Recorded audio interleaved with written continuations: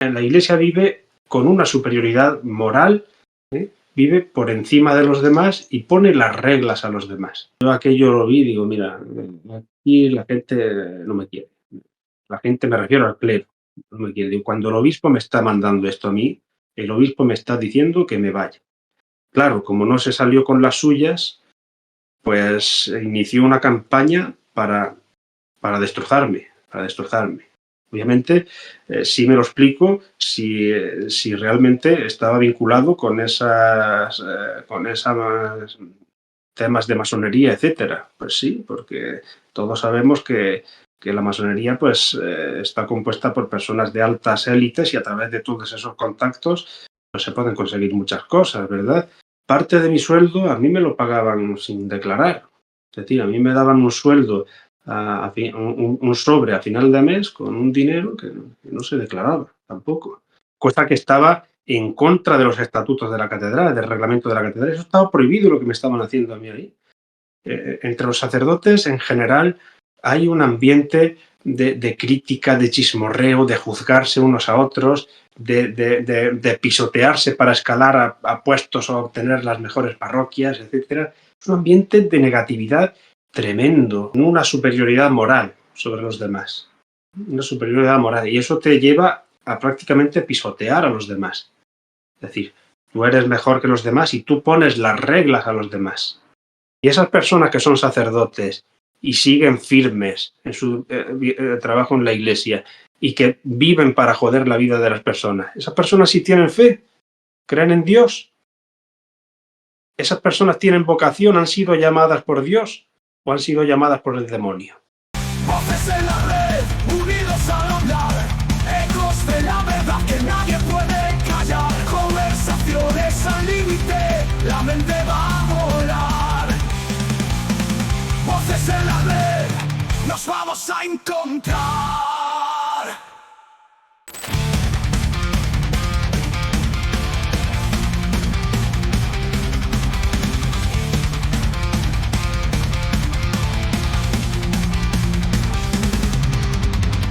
Muy buenas a todos, muy buenas a todas, bienvenidos y bienvenidas ya al episodio número 14 del podcast de Adriz. Bueno, bienvenidos, ya sabéis que a Voces en la Red. Aprovecho antes de nada, antes de meternos en materia, para recordaros que tenéis 13 episodios antes que este, más los que irán viniendo, por si queréis pasaros cuando acabe este, pues a ver otra cosilla, ver otro, pero si habéis quedado con ganas de más, pues que sepáis que tenéis un montón. ¿Qué tenéis que hacer? Os vais a mi canal de YouTube, os suscribís, etcétera, etcétera, etcétera. Sí, es fácil, sí, es que es lo de siempre. Si os lo digo todas las semanas y esta no iba a ser menos, es sencillo, os vais para allá, suscribiros y demás, y si queréis todos los enlaces, como siempre, linktr.ee/Adriz. Hoy estáis viendo que estoy intentando presentar esto rápidamente porque es que tenemos un invitado esta semana al cual le tengo muchas ganas, no solamente pues por quién es, sino por todo básicamente porque lo ha hecho, porque ya lo vais a ver, porque tiene un currículum. Tenemos un invitado hoy de lujo, y lo vais a comprobar porque, vamos a ver, destacadísimo organista español, ordenado sacerdote en la diócesis de Guadix, además ejerció su ministerio en diversas parroquias. Años más tarde también fue nombrado canónigo organista de la Catedral de León, aunque bueno, también después se salió de la iglesia. Ya estáis viendo que un currículum que ahora lo vamos a seguir repasando porque quiero ya presentarle ya.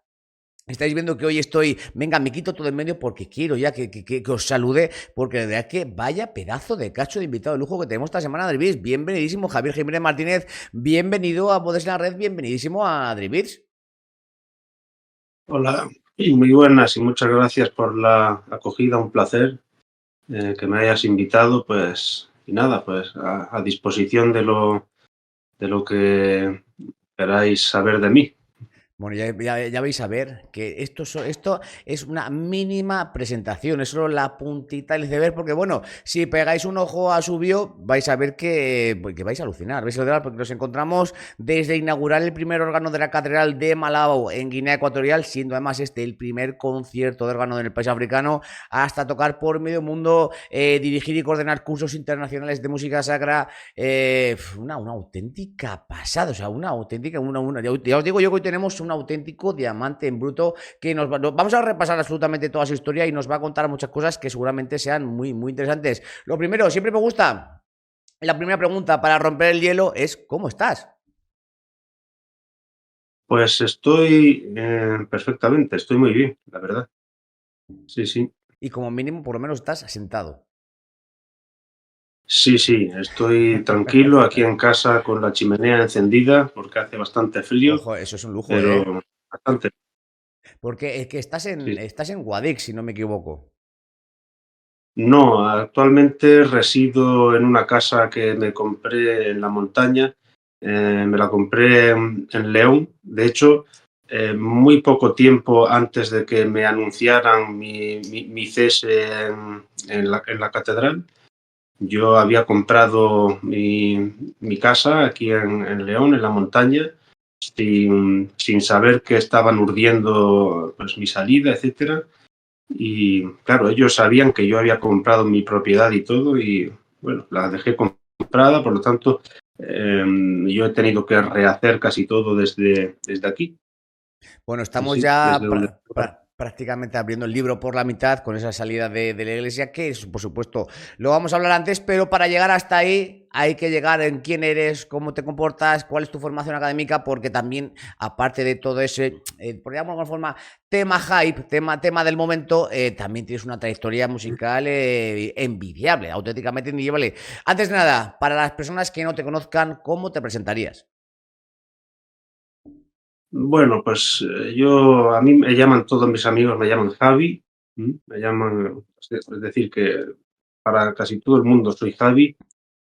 Y bueno, pues soy una persona, yo me considero normal, una persona corriente, al margen de mi currículum, porque académico o profesional, pues bueno, yo considero que hay muchísimas personas que me dan 20.000 vueltas y nada, pues soy Javi para quien quiera dirigirse a mí y, y actualmente pues soy profesor de música en un instituto público de enseñanza secundaria.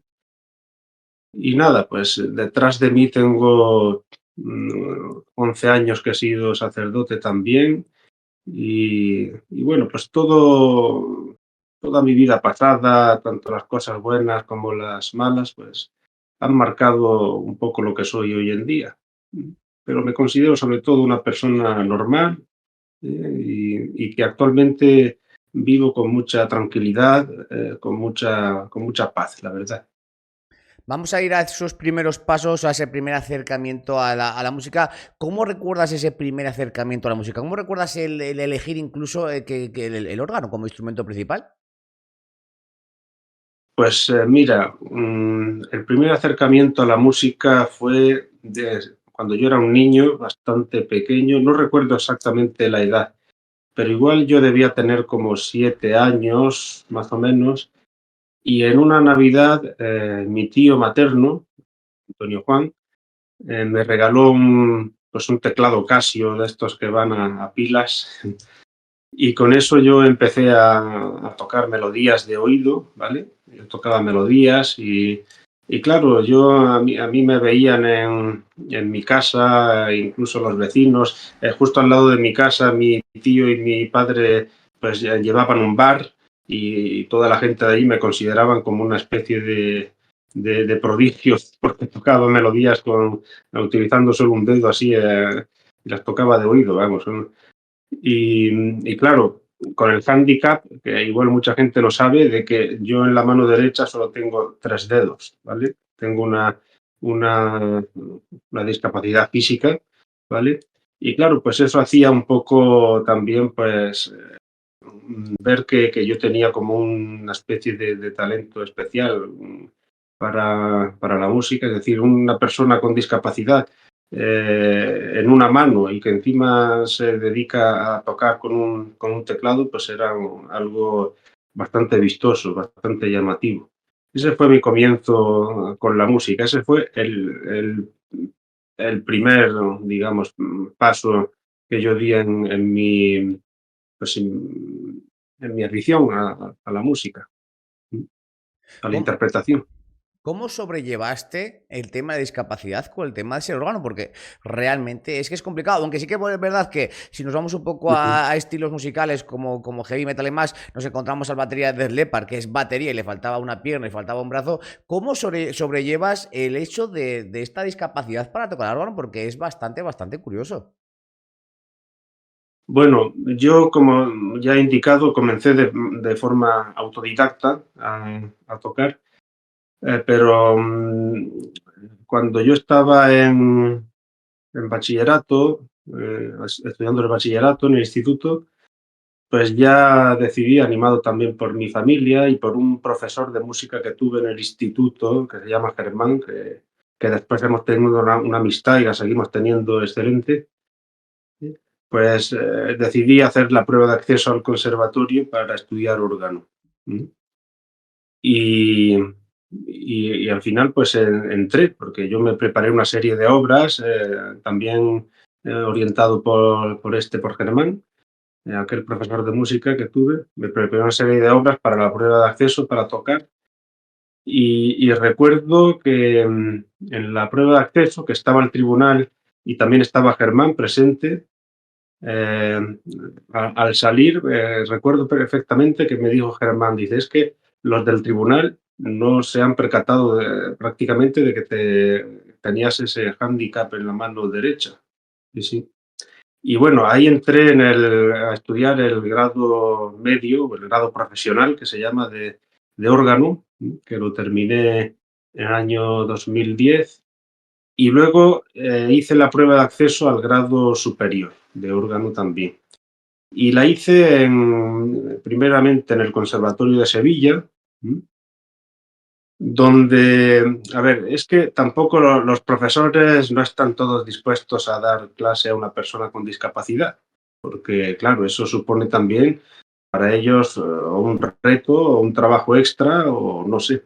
Pero en Sevilla consideraron que no, pues que no, que yo no merecía hacer esos estudios porque tenía este hándicap.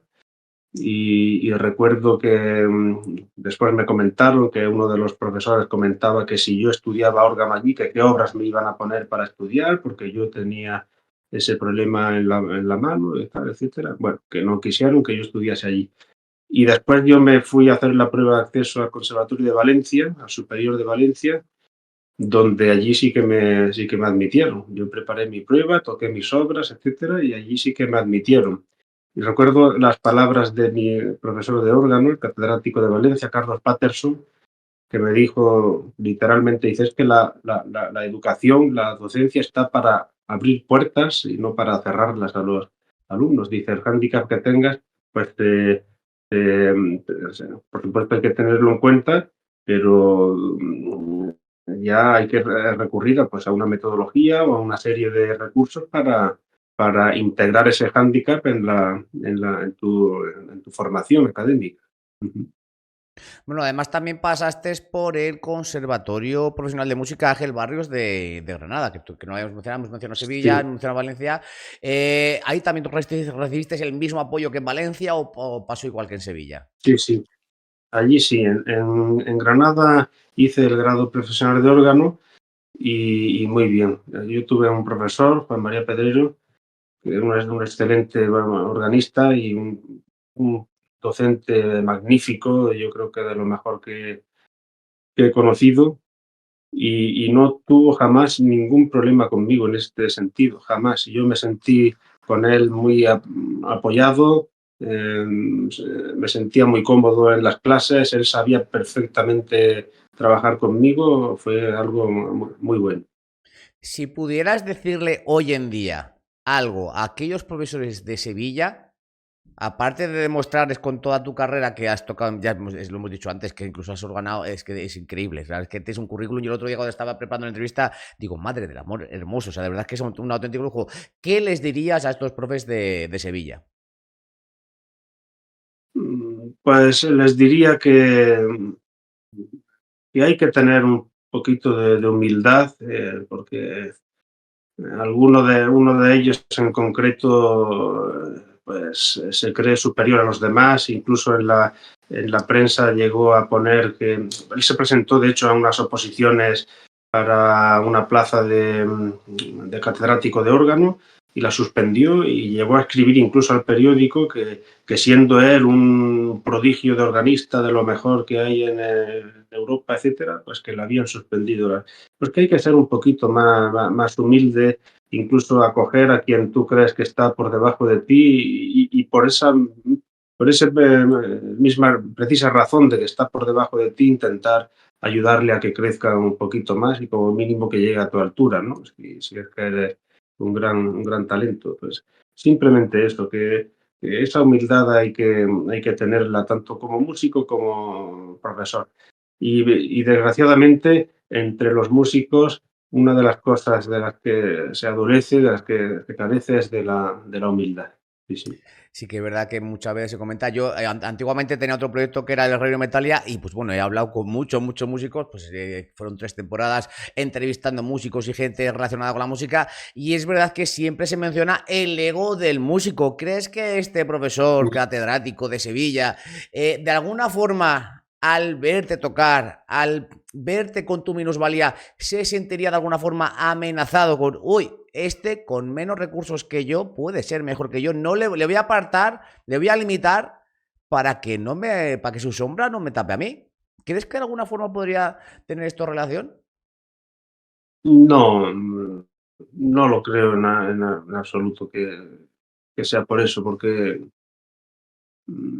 no creo que sea por eso, pero vamos, que yo creo que muchos no quieren tampoco complicarse la vida o calentarse la cabeza y tener que tener un trabajo extra para ayudar a una persona que tiene un hándicap para superar una serie de retos.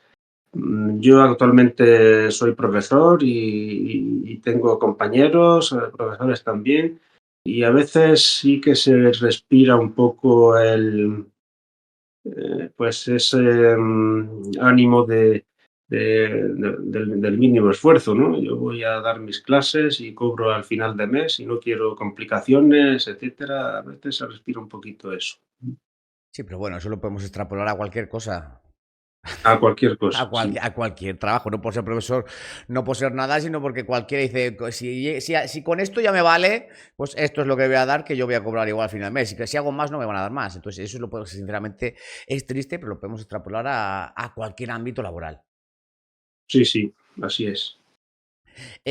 También ha recibido formación de figuras internacionales como son Hans Fagius y Montserrat Torrent. ¿Qué has aprendido de ellos? Porque además que son dos figuras bastante importantes.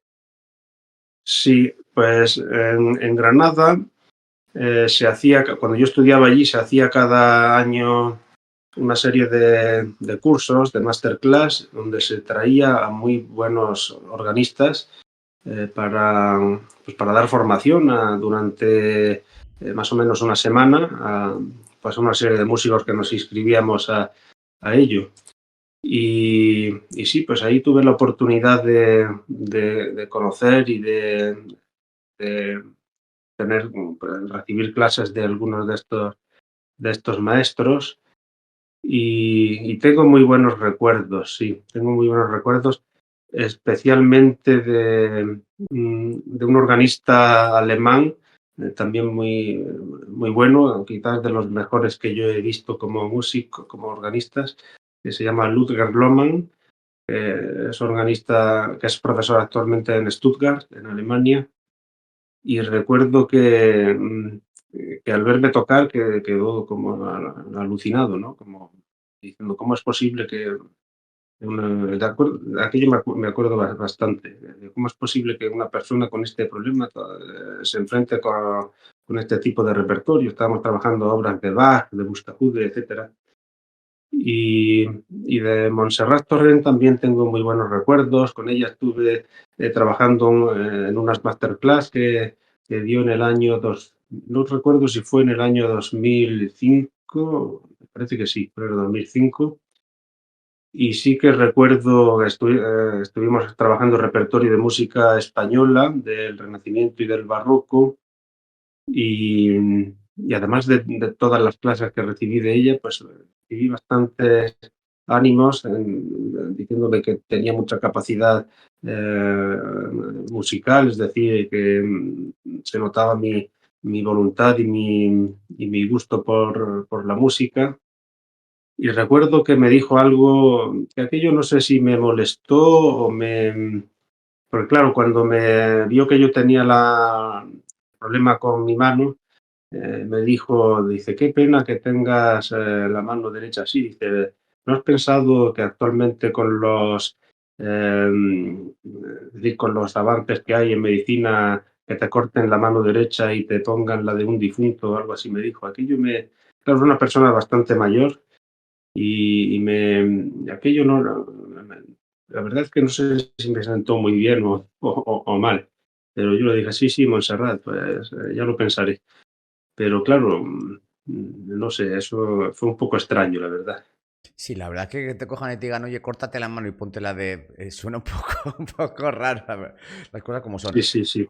Trayectoria increíble. Has estado dando conciertos en Roma, Panamá, Guinea Ecuatorial.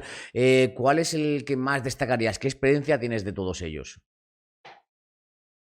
Pues muy buenos recuerdos y sobre todo haber conocido a muy buenas personas en los lugares donde he podido visitar, tanto por España como fuera de España también. A mí me han tratado excelentemente bien donde he ido. Y he hecho amistad con muchas personas que quedan en esos lugares. En Panamá tengo un recuerdo muy, muy, muy, muy bueno. Y creo que allí hice bastantes buenas amistades. He podido ir 2 veces allí y la verdad que tengo un recuerdo muy bueno de ese lugar. Y de España también tengo muy buenos recuerdos de lugares donde he podido tocar. Uno de los mejores órganos, quizás el de la Capilla del Palacio Real de Madrid. Y bueno, pues es muy gratificante poder visitar todos esos lugares y sobre todo quedarte con la parte humana más que la musical de todos esos sitios que visitas.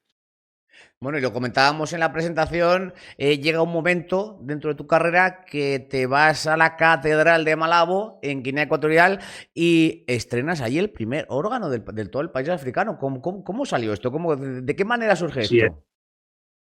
pues mira, allí en la catedral. Creo que hemos perdido el sonido de nuestro invitado, así que vamos a ver si lo recuperamos. Javi, mira a ver si tienes por ahí alguna cosita con el micrófono. No se te escucha. ¿Me escuchas? Ahora sí, ahora sí. Sí, es que me ha entrado una llamada de teléfono que he tenido que colgar. Bueno, si Sí. necesitas atenderla, paramos un segundo y la atiendes sin problema. No, no, Si no, no, no sé quién era, por lo tanto, pues he colgado. Sí, vale, pues nos estabas contando. sí, de Malabo. Previamente a la instalación del órgano en la catedral, es que esa catedral había sufrido un incendio que había perdido, creo que toda la cubierta, la catedral, y había quedado bastante dañada. Entonces, con la ayuda del gobierno de Guinea Ecuatorial y creo que también de fondos que recibieron de España, incluso, se reconstruyó la catedral, que por cierto los trabajos de reconstrucción, etcétera, lo hicieron empresas españolas también. Ese país tiene muchos lazos aún con España, tiene muchos lazos en cuanto a trabajos, a temas laborales con España, y se reconstruyó la catedral, una catedral preciosa, muy bonita. Y bueno, pues se les ocurrió pues poner un órgano, es un órgano pequeño, la verdad, barroco, pero muy bonito, un órgano precioso que lo construyó un organero polaco que se llama Damián, que también lo conocí. Yo lo conocí a él a través de Facebook y hablando con él, pues él me dijo que si yo estaría dispuesto a ir a inaugurar ese órgano, que él podría contactar con el arzobispo de Malabo, etcétera. Y bueno, pues así fue, él contactó y yo me fui para Guinea Ecuatorial a inaugurar ese órgano, que es el primer órgano que tiene ese país, y creo que actualmente es el único. Que por cierto, es una pena que ese país no esté abierto al turismo, etcétera. No, creo que no dan visados de turismo ni nada de eso, solamente se puede acceder a través de una invitación que alguien te invite, una invitación institucional o algo así, que es lo que yo recibí para poder viajar a ese país. Que por cierto, creo que me dijeron que es bastante común en África cuando reciben alguna visita especial o algo así, pues lo hacen casi con todos los honores. Yo no me había visto nunca en una situación igual. Recuerdo cuando llegué al aeropuerto, que nada más bajar del avión me estaba esperando un coche oficial y me llevaron, no pasé ningún tipo de control prácticamente, y me llevaron directamente a una sala VIP del aeropuerto y a un pabellón de allí, y desde allí me trasladaron en coche a donde yo me alojé. Y luego, cuando regresé, igual, me llevaron en coche hasta la misma puerta del avión donde yo subí. Sí, sí. Una acogida espectacular. Es prácticamente como una superestrella. Sí, sí, sí, pero me dijeron que esto era muy común, hacer ese tipo de acogidas en países africanos, que ellos realmente son personas. Yo me sentí muy bien acogido.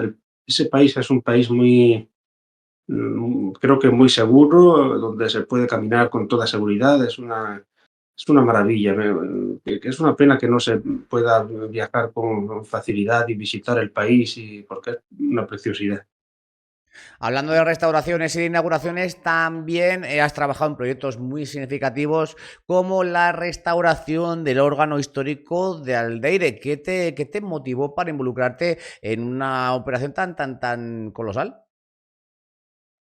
Pues ese órgano es un órgano del siglo XVIII, de 1785, y yo es que estuve allí de párroco en esa iglesia, cuando yo era sacerdote. Estuve de párroco durante 5 años en esa parroquia. Entonces, pues el órgano estaba en un estado de abandono, estaba en bastante mal estado, pero bueno, yo creí oportuno recuperarlo. Era el único órgano histórico con valor y con calidad que existía en la diócesis, y de la diócesis de Guadix, y comenzamos el proyecto de restauración, que se lo encargamos a un organero de Granada, un organero de lo mejor que yo he conocido. Se llama Francisco Alonso, y comenzamos los trabajos de restauración para ponerlo sí, pues, para ponerlo a punto. Y claro, fue un reto, sobre todo porque el pueblo es bastante pequeño. Es un pueblo que tiene un censo, pues no sé si de 500 o 600 habitantes, aunque realmente hay menos personas viviendo allí. Y claro, el presupuesto era bastante elevado, era un presupuesto de unos, no recuerdo si unos 50.000 euros, así, para restaurarlo, porque es un órgano más o menos pequeño, y además pues tenía casi todas sus partes materiales y sonoras, pues las tenía casi todas, que eso a veces no es frecuente, porque en algunas zonas de España, durante la Guerra Civil, pues como todo el mundo sabe, se quemaron muchas iglesias y se perdieron muchos instrumentos o quedaron muy dañados. En este caso, por lo que dice la gente, aunque el órgano, aunque la iglesia quedó durante el tiempo de la guerra sin culto, etcétera, pero el órgano no lo destruyeron porque lo dejaron como para hacer fiesta en la iglesia y tocar, etcétera. Y, y bueno, y conservaba todos sus elementos originales, etcétera. Por lo tanto, no hubo que hacer trabajo de recuperación de partes que se hubieran perdido. Entonces, por eso el presupuesto no era demasiado elevado. Pero sí que para un pueblo tan pequeño, pues conseguir 50.000 euros para la parroquia, para restaurar un órgano, pues, pero el pueblo se volcó completamente en la restauración. Fue algo increíble. Estuvimos haciendo un ciclo de conciertos benéficos para la restauración. Yo invitaba a músicos que venían de forma pues, altruista, voluntaria, a tocar. y conseguimos pues gran cantidad de ese dinero a través también de una fundación que existía en el pueblo. Conseguimos también parte para pagar la restauración y se pagó pues, casi sin esfuerzo, por la voluntad y la implicación del pueblo. Pues desde aquí, por supuesto, un aplauso para ese pueblo que apoyó fervientemente la restauración de ese órgano, que bueno, que como lo que comentaba es que por lo menos fue una restauración, no hubo que hacer un recambio de piezas ni un molde de piezas, sino que fue restaurarlo, ponerlo a punto y listo. ¿Cómo son las cosas que, si os fijáis, hemos ido conociendo a nuestro invitado de hoy desde sus inicios, desde que era chiquitico hasta que fue organista y cómo ha ido corriendo el tiempo hasta que él ha dicho, y nos ha pasado muchas veces, que decimos que las causalidades no existen, y es que lo digo ¿por qué? Porque ya entramos en la parte en la que de alguna forma nuestro invitado de hoy entra en esa vocación sacerdotal, entra en esa vida religiosa. ¿Y por qué digo esto? Porque justamente nuestro invitado está hablando ya de cuando estuvo arreglando ese órgano, de cuando estaba dentro de la iglesia. ¿Qué te llevó a entrar en la iglesia? ¿Qué fue lo que despertó en ti para decir voy a hacerme sacerdote? Pues yo yo entré al seminario con 18 años, cuando yo tenía 18 años. Es decir, que yo seguí estudiando música a la vez que estaba en el seminario también. Y entré pues por mi contacto con la parroquia de mi pueblo. Yo estaba muy vinculado a la parroquia de mi pueblo y una de las personas que más me marcó pues fue un sacerdote que hubo en esa parroquia, que se llama José Francisco, y es una persona que pues a mí me llama mucho la atención, muy vinculada muy cercana a los jóvenes del pueblo. Recuerdo que iba a jugar al fútbol con nosotros, etcétera, y fue a través de él donde yo sentí un poco pues esa necesidad o esa llamada y fue gracias a él. La verdad es que una persona que yo la he visto cambiar a través del tiempo y en mi opinión, para mí no ha sido la mejor, la verdad. Y me ha decepcionado un poco después también. Pero en ese momento cuando lo conocí, pues me pareció excelente y claro, él fue el que me animó a dar ese paso y entrar en el seminario. Yo entré cuando tenía 18 años, yo entré al seminario, sí, el seminario de Guadix, que estaba entonces ubicado en Granada, porque allí es donde está la Facultad de Teología, que la regentan los jesuitas. ¿Qué recuerdos tienes de tu ordenación en la diócesis de Guadix? Pues un recuerdo muy bueno. Claro, una ordenación sacerdotal es casi como una boda, ¿no? Es casi como una boda. Es un día muy, muy especial en el que invitas a todos tus amigos, a toda tu familia. Y claro, es un día donde tú eres el protagonista y el centro de atención de todos. Y es un recuerdo muy bueno. Es decir, que aunque yo dejase la iglesia y tal, yo reconozco pues muchas cosas buenas que me han pasado y que eso fue una cosa muy emotiva. La verdad que el recuerdo es excelente, sí, sí. Recuerdo La, muy emotivo sobre. la verdad que nunca tenemos, bueno, o nunca al menos yo he tenido oportunidad de hablar con alguien que se haya convertido en sacerdote y demás. ¿Cómo es la vida una vez que tú decides, que decides entrar en que decides ordenarte y que entras allí? ¿Cómo es la vida allí? ¿Cuáles son esos primeros pasos que vas dando? ¿Te refieres al Al seminario seminario, seminario, exactamente. Al seminario. ¿Cómo es la al vida en un seminario? seminario? Bueno, pues la vida del seminario, yo tuve como 3 etapas en el seminario, en correspondencia con 3 rectores que hubo en el seminario. La primera etapa fue muy, muy buena. Tuve un rector que pues, ya tenía bastante edad, mucha experiencia. No sé si tenía casi 70 años, pero mucha experiencia. Una persona excelente. Se llama Julio, creo que todavía vive. Una persona excelente, de las personas más buenas que yo he conocido y con más sabiduría. Y bien, pues allí en el seminario te digo más o menos lo que, lo que hacíamos o lo que se trabaja allí. Digamos que hay una dimensión intelectual o académica que esa se realizaba en la Facultad de Teología, estaba justo al lado, donde además de los seminaristas de Guadix, pues existían otra serie de alumnos, también laicos y de otras órdenes religiosas, etcétera. Y allí pues realizábamos los estudios de teología, que dos primeros años donde los estudios son prácticamente de filosofía todo, y después pues estudios de teología, de antropología, de Biblia, etcétera, ¿vale? Y luego en el seminario también pues se trabaja pues, la dimensión espiritual, un poco con la dirección espiritual, el tema de la oración comunitaria, la asistencia a misa cada día y todas las oraciones que se hacen durante el día.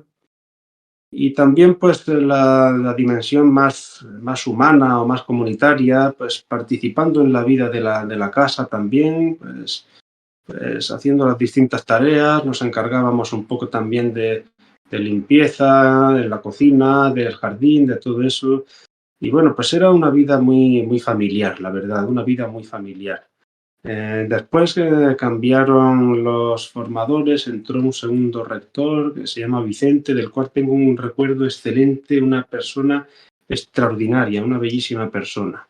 Él también se marchó después porque lo llevaron al seminario de Évora, en Portugal, donde creo que permanece actualmente. Él tiene una valía enorme y yo me alegré mucho de que, digamos, tuviera ese ascenso, ¿no? De pasar de una diócesis enana como la de Guadix a un sitio tan importante como Évora. Y después tuvimos un último, Fernando, que fue una decepción terrible, una decepción terrible. Yo recuerdo que este hombre suprimía las misas, la celebración de la misa, que es lo más importante que teníamos al día, ¿no? Porque había un partido de fútbol y él suprimía la misa para ir al Madre partido de mía. fútbol. Yo recuerdo que cuando yo estaba estudiando el examen final de los estudios de teología, que es un examen durísimo, casi como unas oposiciones, donde tienes que estudiar casi 40 temas, un temario enorme. Yo recuerdo que el tocho para estudiar era, pues no sé, como para calzar un camión, ¿no? Era un tocho terrible para estudiar. Y recuerdo que yo lo tenía cerca el examen y coincidió con el Mundial de Fútbol y en el que ganó España precisamente, creo que fue. Y yo tenía que estudiar y estaba muy agobiado. Pues recuerdo los gritos con el fútbol allí, yo no podía prácticamente estudiar. Y yo pedí, por favor, que si podían ir a ver el fútbol a otro lugar o podían al menos contenerse un poquito en el ruido porque no me dejaban estudiar. Yo lo pedí con toda la educación. Y el rector dijo, pues vamos a votar a ver quién quiere ver el fútbol o que tú sigas estudiando lo que tienes. Y claro, todos querían ver el fútbol, ¿no? Pues a mí me jodieron en ese momento, ¿eh? Yo pues, podía haber dado mucho más de sí y saqué una nota bastante baja. Aprobé, pero con una nota bastante baja. Pues aquello fue bastante lamentable, sinceramente, bastante lamentable. Es una de estas personas pues, que te quitan las ganas de todo, ¿no? Como otras que me habré encontrado después, pero sí, así fue. Entonces, para que veamos que dentro de la iglesia también cocinabas, nunca mejor dicho. Sí, así es. Ya te conviertes en párroco y ya de alguna forma empiezas a integrar tu amor por la música dentro de la vocación religiosa. ¿Cómo lo logras? ¿Cómo intentas unir estos dos mundos? Aunque sí que es verdad, antes de que me contestes, sí que es verdad que dentro de la religión siempre ha habido mucha música. Me da igual la música sacra, la música de Semana Santa, me da igual cuál. Pero justamente Sí. tú tienes los dos mundos. ¿En qué momento decides es el momento de unir mi vida religiosa con mi vida musical? Pues siempre han estado unidos, sí. Pero yo lo que no me esperaba nunca, vamos, yo lo trabajé muy bien en la iglesia, creo, en las parroquias, organizaba conciertos, pues también a los coros parroquiales yo les ayudaba, les enseñaba cantos nuevos, etcétera. Ya, como tú has comentado antes, organicé cursos de música sacra que tuvieron bastante importancia, ¿vale?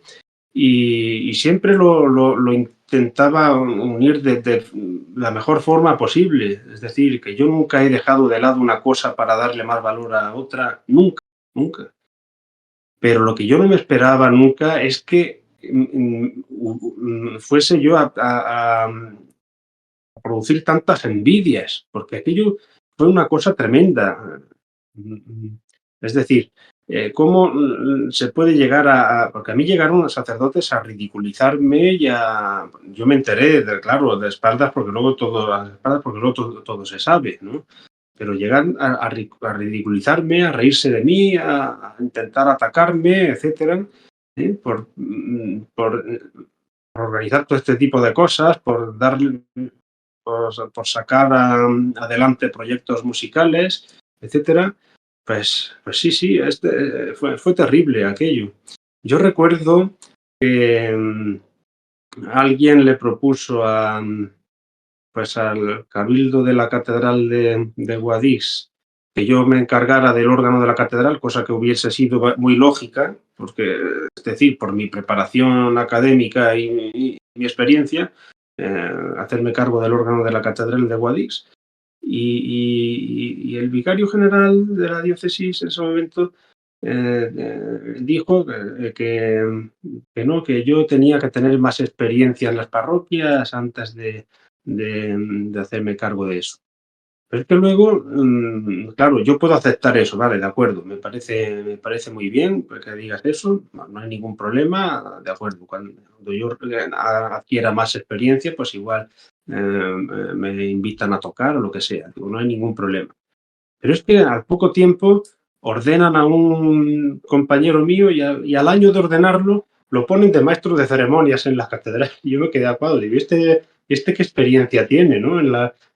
Para que, es decir, es ese fariseísmo, esa falsedad que, claro, yo me sentí, digo, a mí me están puteando con todo esto, sinceramente, a mí me están puteando, digo, porque no es normal que digan este tipo de cosas y para unos valen y para otros no, ¿no? Cuando yo no he dejado de trabajar en mi puñetera vida, ¿sí? Y no he dejado de realizar proyectos, y no he dejado nunca las parroquias para hacer otro tipo de proyectos a la vez. Es decir, es tremendo lo que se llega a vivir. Yo recuerdo en un curso que hice hace años, no, fue en un congreso al que asistí hace años en Valladolid, donde coincidí con el organista de la Catedral de Sevilla, que es también sacerdote, José Enrique Ayarra, que ya murió, y él me decía que una de las cosas que más había sufrido en la iglesia es la envidia de sus propios compañeros porque él era músico.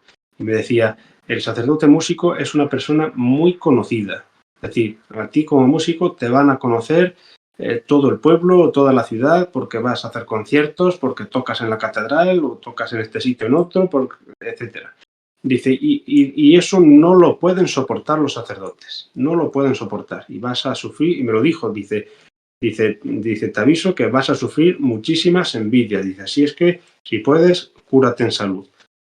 Él seguro que la sufrió también y yo a él lo conocí como un hombre con una fortaleza increíble, pero si yo no he tenido esa fortaleza, yo lo lamento, no la he podido tener esa fortaleza. Porque a mí, pues, todas esas cosas me iban hundiendo cada vez más, hundiendo cada vez más, ¿no? Hay que ver cómo está la iglesia, ¿eh? De verdad, es que no entiendo cómo por alguien que haga algo un poquito más o un poquito mejor, cuando ellos también pueden aprender a tocar el órgano, cómo puede despertar esa envidia, esa parte, llamémosla, oscura, ese ego por el que tanto la iglesia lucha para que no exista, como desde dentro ellos mismos tienen ese ego dentro e intentan anular a cualquiera que haga un poquito más, que intente destacar. Sí, efectivamente. Y esto luego, pues, yo lo sufrí con más dureza aún cuando yo me fui a León, ¿no? A León después. Yo lo sufrí con mucha más dureza. Cuando yo estaba todavía en Aldeire, que ya habíamos restaurado el órgano del que antes hice mención, salió a concurso la plaza de canónigo organista de la Catedral de León, ¿vale? Entonces yo me enteré de aquello, pero yo no quise darle, es decir, yo ni pensé en presentarme ni nada. ¿Por qué? Porque yo requería el permiso del obispo mío y yo no quise decir nada. Digo, porque si digo algo van a decir que es que yo quiero irme de aquí, y yo realmente en las parroquias que estaba me sentía muy querido, y creo que si le preguntásemos a la gente de Aldeire es que lo van a corroborar lo que yo estoy diciendo. Me sentía muy querido, muy acogido, y me sentía pues, perfectamente realizado allí, ¿vale? Pero el obispo fue el mismo obispo de Guadix, me mandó, dice, mira, ha venido esto y te lo mando por si tú te quieres presentar. Claro, yo aquello lo vi y digo, mira, aquí la gente no me quiere. La gente, me refiero al clero, no me quiere. Digo, cuando el obispo me está mandando esto a mí, el obispo me está diciendo que me vaya. Digo, literalmente. Digo, por lo tanto, pues ya está. Digo, yo no voy a estar donde no se me quiere, ¿no? Porque es extraño que en una diócesis pequeña, donde especialmente no hay muchos sacerdotes, pues a un sacerdote que tienes que está trabajando bien y que la gente lo quiere en las parroquias, etcétera, que el obispo te mande esto y te dice que te presentes y que a ver si te puedes ir allí, ¿no?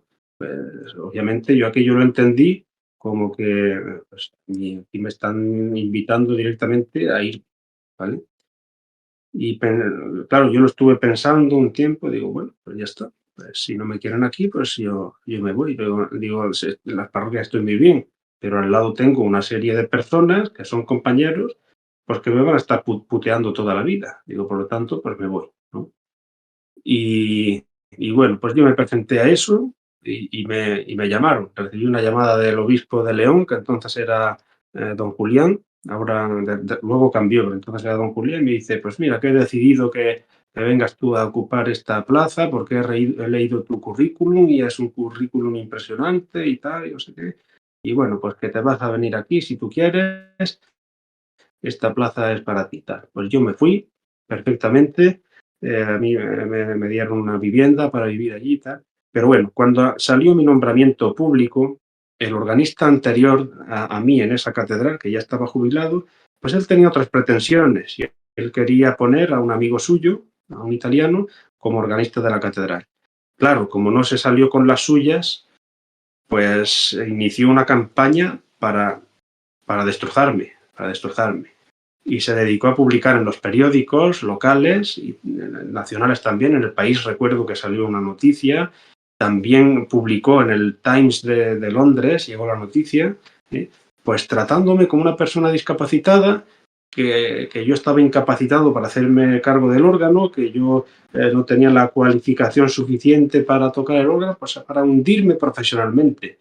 Yo recuerdo que cuando aquello lo vi en el periódico, que empezaron a llegarme noticias, que me fui directamente al médico con una crisis de ansiedad para morirme, pero para morirme.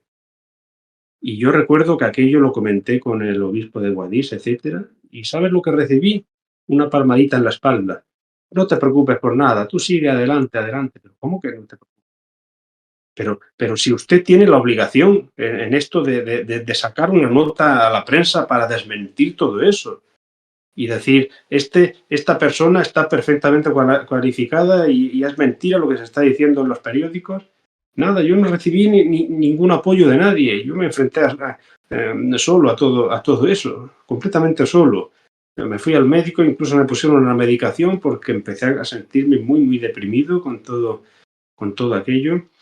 Recuerdo un artículo durísimo en un periódico, no sé si era Voz Populi o algo así, uno de estos periódicos digitales, que lo escribía Luis Algorri, un periodista que es abiertamente masón, ¿eh? y que me hundía completamente. Decía que a mí me habían regalado el título superior de órgano en Valencia porque yo no podía tocar con la mano derecha nada y que a ese título me lo habían regalado.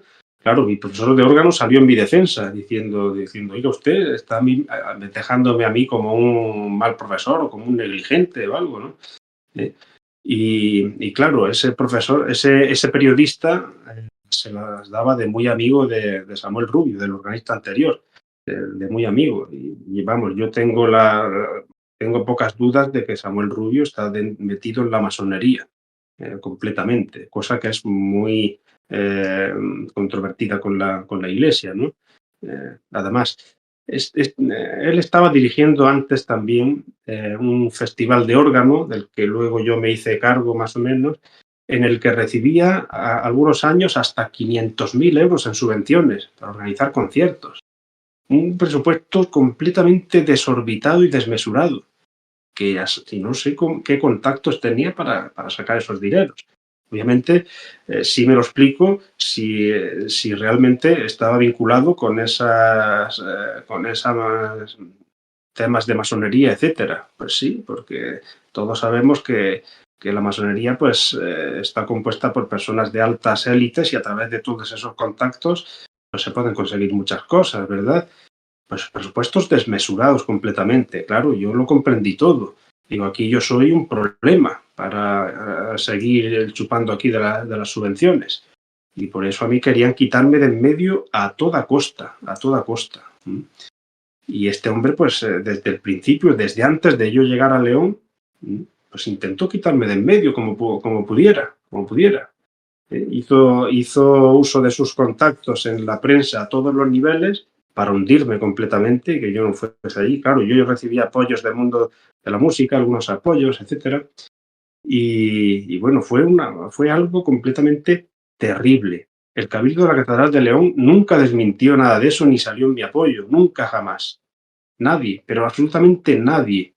Yo me sentí completamente solo, pero bueno, yo en ese momento dije, bueno, pues nada, voy a sacar fuerzas donde pueda y sigo adelante y vamos a ver si con el tiempo pues conseguimos poner paz en todo esto.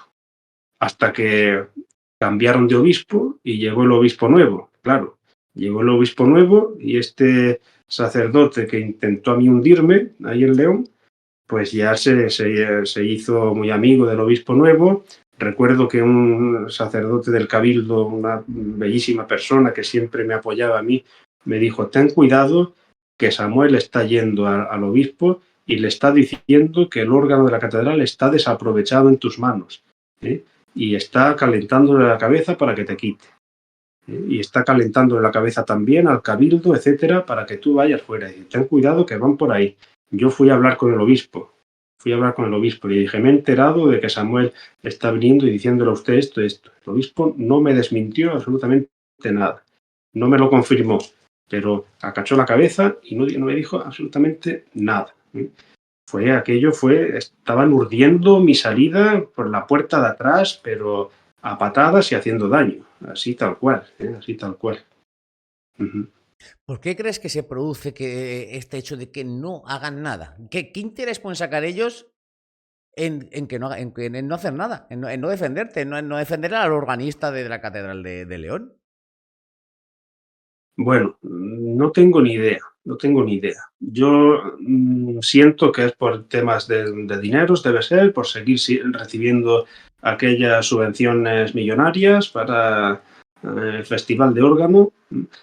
Yo, claro, investigando después un poco, descubrí una noticia del diario El Mundo del año 2000, no sé si era 2013 o 2014, diciendo que habían pedido cuentas al festival porque había recibido 400.000 euros de subvención para celebrarse y habían pedido cuentas de en qué se habían gastado ese dinero y no habían recibido cuentas públicas nunca jamás.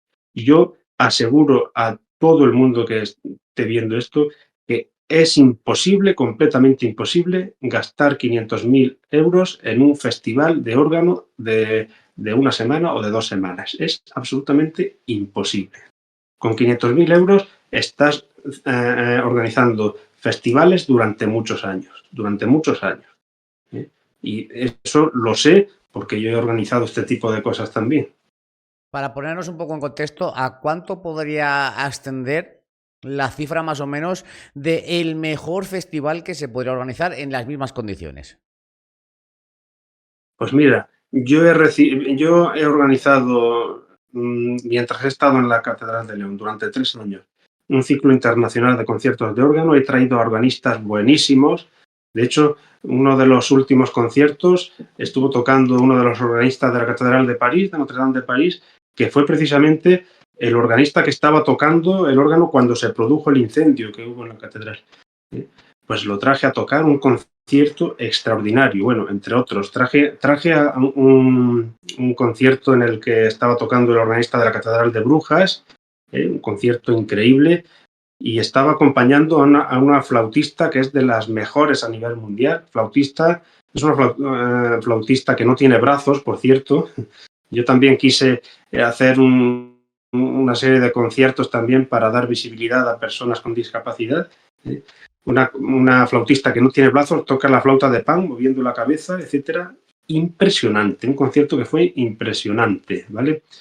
Pues yo recibía una subvención de más o menos 13.000 euros anuales, y con eso, entre lo que daba el ayuntamiento y lo que ponía el cabildo de la catedral, se organizaba perfectamente todo, y sin... vamos, si no nos faltaba dinero, tampoco nos sobraba, pero no nos faltaba dinero. Y eran conciertos de una calidad enorme. Por cierto, esa flautista que traje a tocar era una flautista transexual. Y no sé si eso pues también tuvo algo que ver, que yo trajese a una flautista transexual a tocar en la iglesia. Pues me apenaría mucho que ese fuese una razón también de que a mí me lo tuviesen en cuenta eso, pero bueno, pues... Es que casi parece, incluso escuchándote, aparte que ya estáis viendo que os lo he advertido al principio, lo he advertido varias veces, que tenemos aquí hoy un invitado de lujo, no solamente por quién es, por toda esa trayectoria que estáis viendo, como organista, como, en fin, es que ya estáis viendo que es que se ha recorrido medio mundo y el otro medio también, sino por toda la historia que tiene atrás, toda esa historia, por decirlo de alguna forma, de lucha continua, porque al final es una lucha continua que ha tenido contra sus compañeros por acoso laboral, con su propia minusvalía, y que él sigue adelante, él sigue aquí con nosotros y hoy está aquí en Madrid para contaros esta pedazo de cacho historia. No me entra en la cabeza que reciban tanta pasta de una manera tan injustificada. Es que no me entra, no sé por dónde abordarlo. Cartelería, no. Hoteles, tampoco. Bueno, creo que allí llevaban a los músicos al Parador Nacional a alojarlos, cosa que no entiendo por qué hay que alojar a los músicos que traes en el Parador Nacional, cuando puedes alojarlos en hoteles que hay muy buenos en León, sin necesidad de ir a un hotel de 5 estrellas de calidad superior y gastarte un dineral, ¿no? Pienso yo pero bueno, en fin, claro, viviendo esas cantidades desorbitadas, pues puedes hacer lo que te dé la gana, como si quieres pagarles unas vacaciones en Dubái, qué sé yo, ¿no? Pero, en fin, pues es algo, bueno, es una de las cosas que a mí me han asqueado bastante, es este tema, entre comillas, de corrupción económica, ¿no? Y además corrupción económica bastante fuerte, porque no estamos hablando de dos perras, que se decía antes, estamos hablando de 500.000 de euros, que Sí, claro. no son baratijas, que ojo. Que a ver en qué se gastaba. Bueno, ellos sabrán en lo que se gastaba. Bueno, yo también he estado, cuando yo estaba trabajando en la catedral, parte de mi sueldo a mí me lo pagaban sin declarar. Es decir, a mí me daban un sueldo, un sobre a final de mes con un dinero que no se declaraba tampoco. Es decir, que ese tipo de prácticas pues son muy comunes y todo eso es bastante repugnante, ¿no? Luego otra cuestión, yo recuerdo también en el Cabildo algo que a mí me parecía incomprensible o bastante absurdo. Cuando llegaba Navidad, cada año, recuerdo el primer año que sacaron el tema dice, bueno, pues como hay costumbre de todos los años en Navidad, pues se le da un aguinaldo a cada canónigo, dice, le vamos a dar 1.000 euros a cada canónigo, así, por la cara, para que celebren la Navidad muy bien, cada canónigo 1.000 euros. ¿Por qué? Pero si yo tengo mi nómina y además tengo el plus ese que me dan sin declarar de organista, me dan ese sobre. ¿Por qué? 1.000 euros ahora para Navidad me tienen que dar. Y algunos lo dijimos. Yo en concreto recuerdo que dije, ¿y por qué no ese dinero igual se le da a Cáritas o a alguna institución que lo necesite para... recuerdo que 2 personas dijimos aquello y alguno dijo también, recuerdo a un único que ya ha muerto hace poco, que yo tenía mucha amistad con él, pero murió ya mayor, con 90 años, que él dijo que no era vino ninguna necesidad de recibir aquello. Pero los demás votaron todos que sí. Hombre, ¿cómo? ¿Quién va a decir que no a 1.000 euros? ¿No? Pues nada, pues 1.000 euros por la cara porque es Navidad y hay que darle 1.000 euros a cada canónigo que necesitan celebrar la Navidad con todos los lujos posibles. Esto es repugnante, realmente. Luego, yo desde aquí lo voy a decir, luego selláis, cuando hagáis la declaración, que además es dentro de poco, tacháis la de la iglesia, para que luego veáis Y sí, que lo que se supone que tendría más luz en esta sociedad, que es la iglesia, la religión y demás, luego tiene más oscurantismo, es más oscuro que la propia oscuridad, es que es cebado, o sea, me estás dejando de piedra. bueno, y a mí me puteaban todo lo que podían. Yo te digo este tipo de cosas pero yo recuerdo que yo tengo un órgano, es un órgano de tubos mecánico, pequeño en forma de arca, que lo utilizamos los organistas pues para acompañar orquestas o para hacer música de cámara con grupos pequeños, etcétera. Pues es un órgano de una calidad excelente, que a mí en su momento me costó casi 30.000 euros. En fin, pues que yo tuve que pagarlo a plazos durante 2 años, porque claro, es una cantidad muy importante.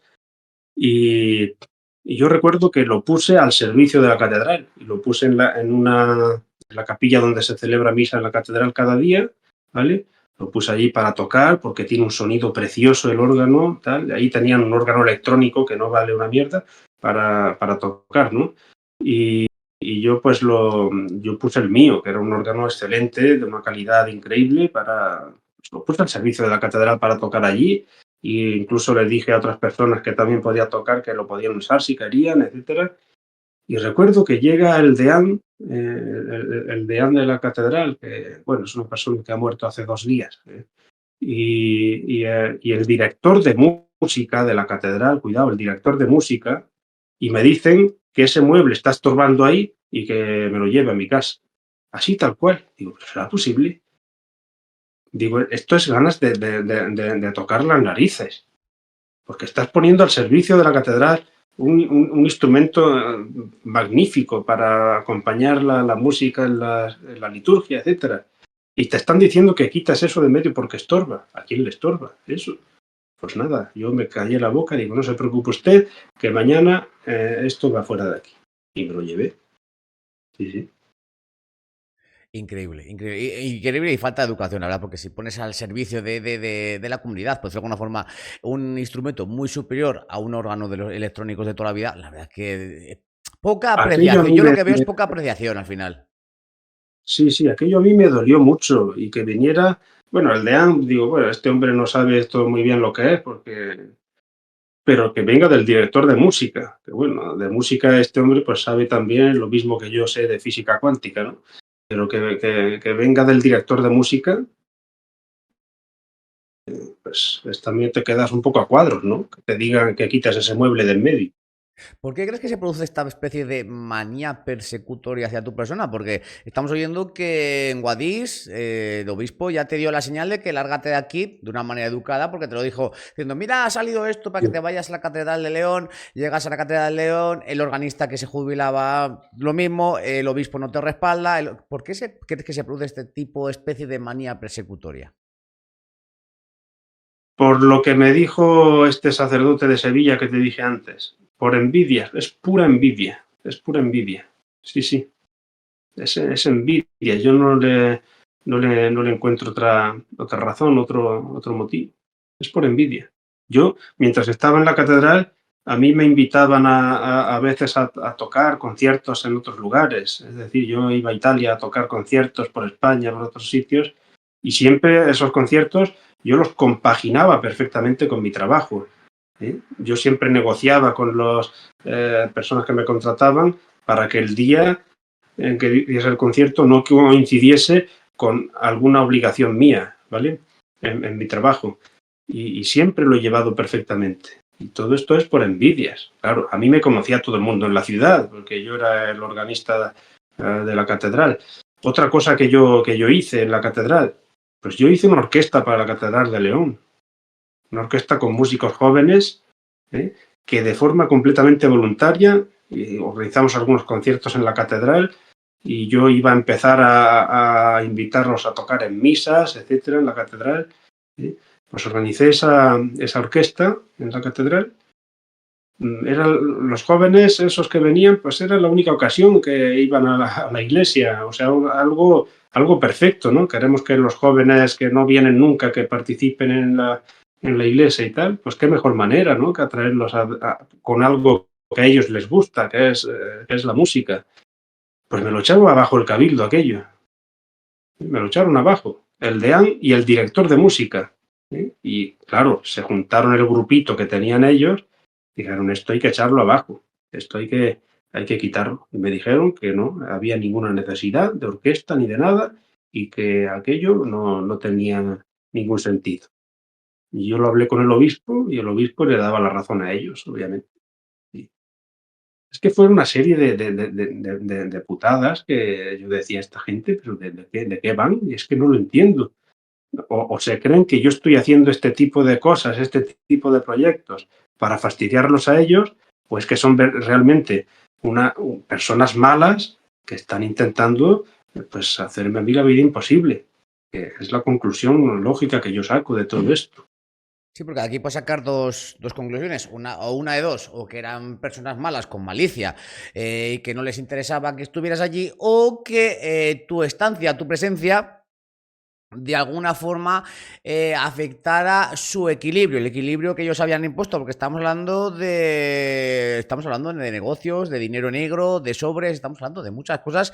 ¿Tú crees que de alguna forma podrían verse amenazados por tu presencia todas esas cosas que durante mucho tiempo habían ido estableciendo? Pues que si subvención de aquí, que si sobrecito por allí, que si esto no, este parte de la nómina no es declarable. ¿Crees que de alguna forma podría estar viéndose amenazado su negocio con tu presencia? Pues no lo sé, no creo porque yo tampoco afectaba a nada de eso. Si yo estaba haciendo mi trabajo sin más, yo no creo que nada de eso. Yo sí que era una sombra para el director de música. El de música de la catedral es una mediocridad, ¿no? Como músico, no sabe casi nada de música. Hay un coro en la catedral pues que quieren y no pueden, ¿no? Y claro, pues yo no es que sea el mejor del mundo, el mejor organista del mundo, pero por poco que sepas, pues ya destacas, ¿no? Ya destacas un poco.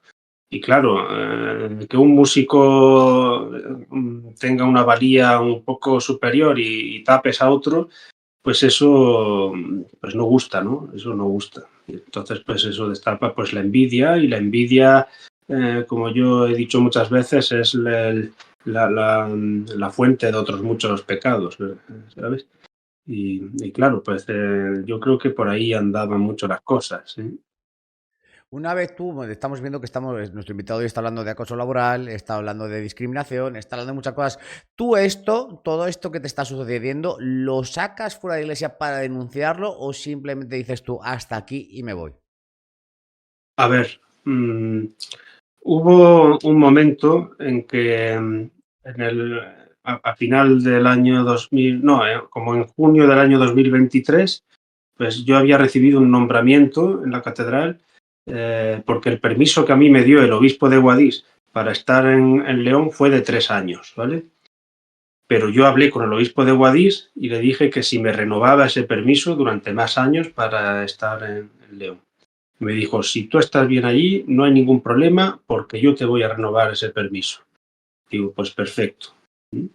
Yo lo hablé con el obispo de León, le dije, mira, el obispo de Guadix me ha dicho esto, hay un problema en que yo siga permaneciendo. No hay ningún problema, tal y tal. Pues ya está, pues digo, perfecto, pues yo puedo seguir aquí, no hay ningún problema, tal. Pues el cabildo de la catedral organizó una reunión para ver si yo iba a permanecer o no en la catedral. Cuando yo ya tenía permiso del obispo de Guadix y del de León, pues organizaron esa reunión. Yo recuerdo amigos Yo, Parece que estamos teniendo algún problema con la señal de nuestro invitado. Mientras le vamos cinco recuperando, asistentes. mientras le vamos recuperando, os recuerdo que tenéis aquí abajo un botón para suscribiros. Ahora mismo vamos a ver si le podemos reconectar. Os recuerdo que os podéis suscribir aquí al canal de YouTube de Adribiz. Tenéis ahí abajo un botón rojo bien bonito, que si está gris, no le toquéis. Si está rojo, pues le pincháis y os suscribís. Más cosas, os recuerdo también que por aquí abajo tenéis linktr.ee/Adribiz para absolutamente todos y cada uno de mis lados. Vosotros pues le dais ahí y si no sabéis dónde encontrarme, dónde localizarme, que sepáis que hay linktr.ee/Adribiz. Vamos a ver si recuperamos a Javi. Está ahora mismo, ya le tenemos aquí en pantalla. Te habíamos perdido la señal. Ah, no sé qué ha pasado, la verdad. Bueno, Sí. ahora Pues sí. nada, estaba comentando. Venga, ahora sí. Sí, pues estaba comentando de esa reunión que organizó el Cabildo para ver si yo continuaba o no.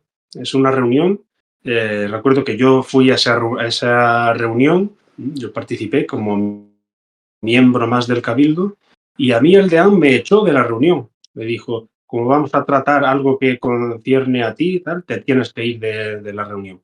Cosa que estaba en contra de los estatutos de la catedral, del reglamento de la catedral. Eso estaba prohibido lo que me estaban haciendo a mí ahí.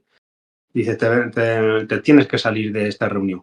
Y algunos dijeron, dice, no, dice, ¿por qué se va a salir? Dice, no tiene que salirse en absoluto. Algunos dijeron. Yo me estaba sintiendo bastante violentado, porque algunos decían que sí, que me fuera, y otros que no, de la reunión, y yo me estaba sintiendo muy violentado. Y no os preocupéis, yo me voy de la reunión. Y allí hicieron una votación Bueno, en la parece. que, claro, yo no estaba en la reunión, otro canónigo no estaba tampoco porque estaba de viaje ese día, ¿vale?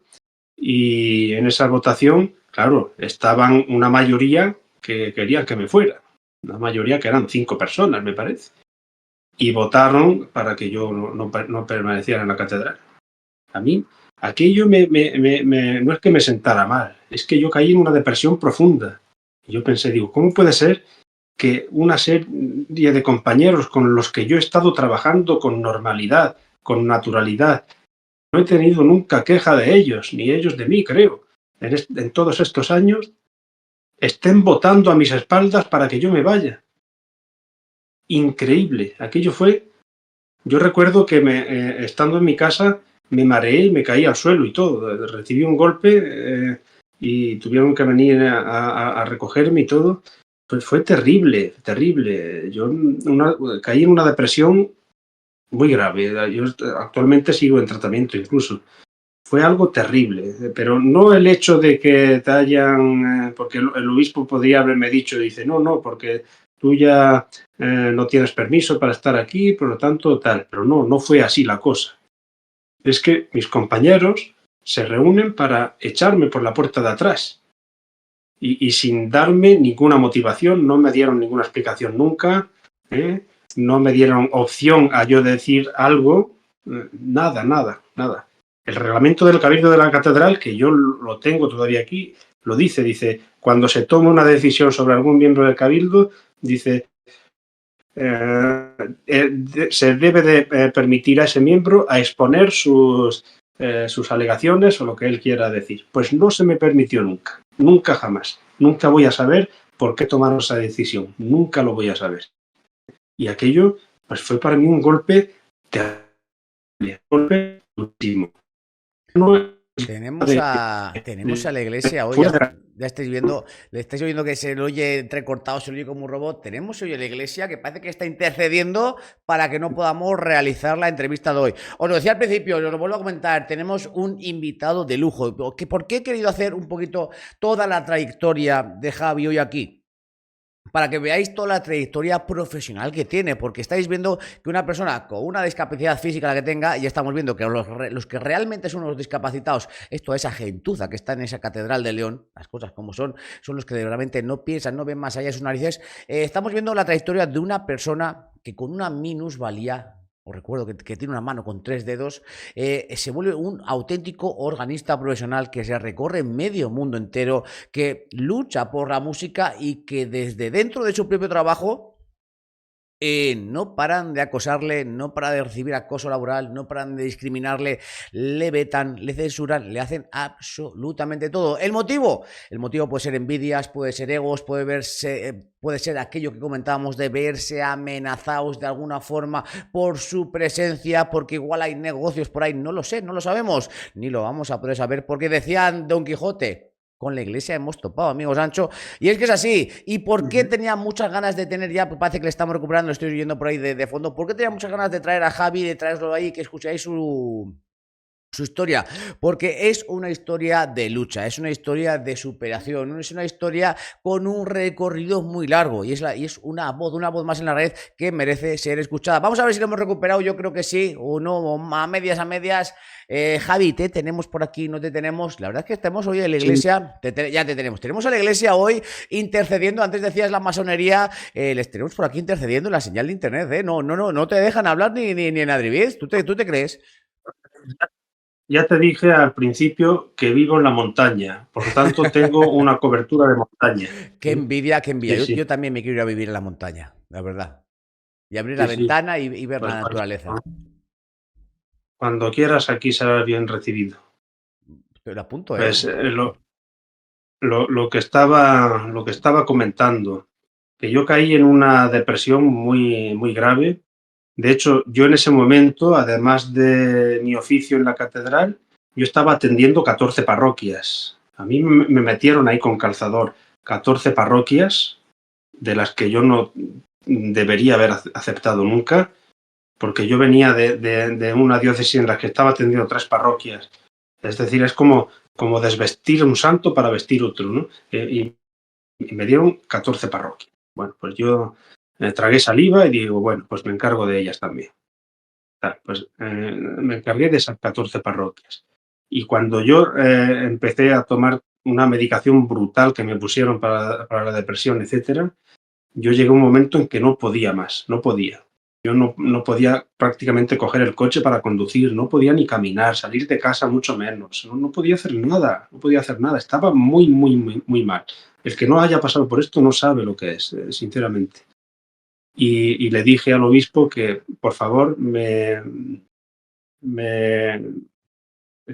dispensara un tiempo hasta que mejorara mi salud para poder retomar mi trabajo en esas parroquias. Pues al poco tiempo el obispo me dice que como yo no estoy trabajando en ninguna parroquia, pues que debo de abandonar la diócesis y volver a mi diócesis anterior y me da un plazo de 2 o 3 semanas para abandonar la casa en la que vivía. Pues aquello ya fue la gota que colmó el vaso. Yo ya digo, mira, que os den por donde amargan los pepinos. Digo, no quiero volver a saber nada de esta gente. Es que ahora, porque una persona se pone enferma, no queremos a los enfermos porque son unos inútiles, ¿no? Como eres un inútil y no me sirves para nada, pues te vas fuera, ¿no? Pues así, tal cual me sentí. Digo, pues no, yo no quiero esto jamás en mi vida, no quiero volver a pasar por esto. Y yo ya a los pocos meses decidí, escribí una carta de renuncia, la envié al obispo de Guadix y al de León también, y dije, se acabó. Digo, yo me salgo de aquí. Justamente es lo que te iba a preguntar. Parece que vamos hilando los eslabones tranquilamente porque justamente vas pasando, tú solito vas pasando de categoría en categoría de la entrevista que tengo aquí preparada. Y justamente lo siguiente que te iba a preguntar es que en medio de todo este contexto, en medio de toda esta movida de acoso, de discriminación, de líos y de enfermedad tuya, que espero que, bueno, que vayas poco a poco estando mejor, que te vayas recuperando y que salgas de ese pozo que mucha gente dice, la depresión, porque nadie está deprimido. Cuando estéis deprimidos veréis cómo es una enfermedad como cualquier otra y que muchas veces ayuda que te pongan una mano sobre el hombro, ayuda un poquito a solventar esa... No es una enfermedad, no es una enfermedad como cualquier otra. Exactamente. Es una de las enfermedades más graves que existen. Os lo aseguro, es una de las enfermedades más graves que existen. Exacto. Porque el que tiene, por ejemplo, un cáncer, por ejemplo, pues sabe que hay una serie de recursos médicos que le pueden ir sacando adelante, que tiene los tratamientos de quimioterapia, etcétera, y ve resultados, ve mejoras, pero una persona que está en depresión, mirad, es como si te encierran en un pozo profundo y oscuro y lo tapan por arriba y no tienes salida por ningún sitio. Y solo esperas que llegue el día del final, el día de la muerte. No ves nada más que eso. No ves ninguna solución. No ves ningún tratamiento efectivo. No ves nada más que una oscuridad tremenda. Estás encerrado en el más profundo de los agujeros y solo esperas que termine todo. Y que termine la vida, que se apague tu vida y ya está. Es terrible, es terrible. Es algo realmente que yo no le deseo ni a las personas que me han hecho mal. Sí, es algo horrible verdaderamente. Por eso es lo que comentaba, a veces un abrazo, poner la mano en el hombro, estoy aquí, un te apoyo, la verdad es que es la mejor de la medicina. Así que bueno, David, que te quede claro que todo el apoyo, lo que necesites, ya sabes que tienes mi teléfono para cualquier momento que necesites hablar, pues aquí está Adri. Decíamos, en medio de todo este contexto, decides abandonar el sacerdocio. ¿Qué emociones predominaban al reflexionar sobre esta decisión? Porque tiene que haber un proceso de decir, hasta aquí, se acabó, no quiero más. ¿Qué emociones hay ahí? Pues al principio es bastante duro, porque claro, son 11 años los que yo he sido sacerdote, ¿vale? Son 11 años y claro, es una ruptura y las rupturas son todas muy duras. Es como el que rompe con su novia, con la que ha estado muchos años, o como un matrimonio que termina después de muchos años, y eso pues te produce un malestar, pero bueno, también pasajero, porque luego se van calmando las aguas y vas pensando y viendo que puedes estar mejor, y de hecho estás mejor.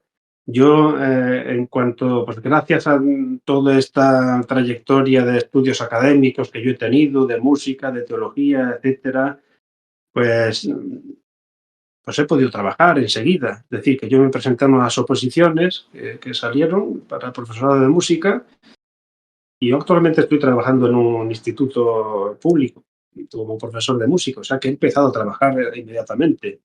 Yo lo digo muchas veces, digo, algunos curas los sacas de curas y se mueren de hambre porque no saben hacer nada. Pero en mi caso yo salí adelante enseguida, de manera inmediata. Y hay una cosa muy, muy positiva. Yo es que os aseguro a todos los que me escuchéis que desde que yo he dejado el sacerdocio soy una persona mucho más respetuosa, mucho más tolerante y mucho más paciente. Os lo aseguro, es que no os lo podéis imaginar. Soy mucho más tolerante y mucho más respetuosa. Antes, yo es que no respetaba ni prácticamente toleraba al que pensaba distinto de mí, al que tenía otra tradición religiosa distinta a la mía. Y eso es algo que se respira mucho en los sacerdotes. Entre los sacerdotes, en general, hay un ambiente de crítica, de chismorreo, de juzgarse unos a otros, de pisotearse para escalar a puestos o obtener las mejores parroquias, etc. Es un ambiente de negatividad tremendo. Unos grupos de sacerdotes que se juntan para criticar y juzgar a los otros duramente. Eso es terrible. Y yo estaba dentro de eso. Y yo practicaba eso también. Cuidado. Y yo me arrepiento de todo eso. Me arrepiento profundamente de todo eso. Y haber dejado eso atrás, para mí es una satisfacción. Así de claro. Dicen que las oportunidades las pintan calva. ¿Cómo se ve desde dentro el mundo? Pues mira, el mundo se ve como que tú eres mejor que los demás. El sacerdote muchas veces vive con una superioridad moral sobre los demás. Una superioridad moral. Y eso te lleva a prácticamente pisotear a los demás. Es decir, tú eres mejor que los demás y tú pones las reglas a los demás. ¿Vale? Tú pones las reglas a los demás. Bueno, yo tuve la suerte de que en mi primera parte de formación en el seminario fue bastante abierta. Nosotros podíamos tener relación con el mundo externo, digamos. Podíamos ir a actividades del mundo cultural exterior, pero eso no se da en otros seminarios. No hay ese tipo de participación, ese tipo de integración en la sociedad, porque el mundo te lo venden como algo malo. El mundo es algo malo y el mundo al que aspiramos es la vida eterna, que es un mundo completamente distinto al mundo y a los valores que aquí se viven. Y por lo tanto hay que alejarse de muchas cosas del mundo y de muchas relaciones sociales que no nos hacen ningún bien. Y eso lleva a muchos sacerdotes y a la Iglesia a condenar una serie de prácticas que son muy habituales en el mundo, como por ejemplo, se me viene a la cabeza la homosexualidad, ¿no?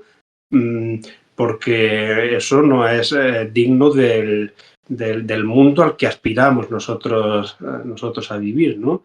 Es decir, la Iglesia vive con una superioridad moral, vive por encima de los demás y pone las reglas a los demás. Y yo he vivido dentro de eso. Entonces se mira al mundo, a la sociedad y a las personas, se mira desde un escalafón superior, ¿vale? Y eso a mí me parece, yo viéndolo ahora desde fuera, pues me parece que no es nada positivo. Podríamos decir que desde dentro se ve como desde el púlpito, una posición superior en la que ves a todos los feligreses sentados en la iglesia. O sea, sería esa misma posición, pero de una manera más metafórica. Sí, completamente. Bueno, de hecho, que tú me conociste a mí a través de unos live, a través de TikTok, ¿verdad? Yo en estos live que hago cada día y en algunos vídeos que he publicado, bueno, no te imaginas la cantidad de católicos exaltados y sacerdotes también que han entrado algunos me han condenado al infierno, otros me han dicho que Dios me va a castigar con el infierno también, otros me dicen que soy un hereje, otros, vamos, me han dicho a mí de todo, digo, pero bueno, pero esto es ser católico. Pues sí, eso es ser católico, porque yo lo sé y porque yo conozco cómo se es y cómo actúan muchos sacerdotes y muchos católicos. No todos, obviamente, no todos, pero sí muchos. Sí, porque bueno, no lo hemos comentado, podéis encontrar a nuestro invitado de hoy en redes sociales. ¿Quieres decirlas tú? Que te las sabes mejor que yo. ¿Dónde te puede encontrar la gente? Sí, bueno, pues yo estoy en TikTok. Lo que no me sé es el nombre ahora de las redes sociales. Te lo busco yo ahora mismo. Estoy en TikTok, estoy también en YouTube y estoy en Spotify. Para temas de música estoy en Spotify, donde tengo mi discografía, y en YouTube. Y en mi página web, que es javierjiménez.com, no, franciscojavierjiménez.com, esa es mi página web.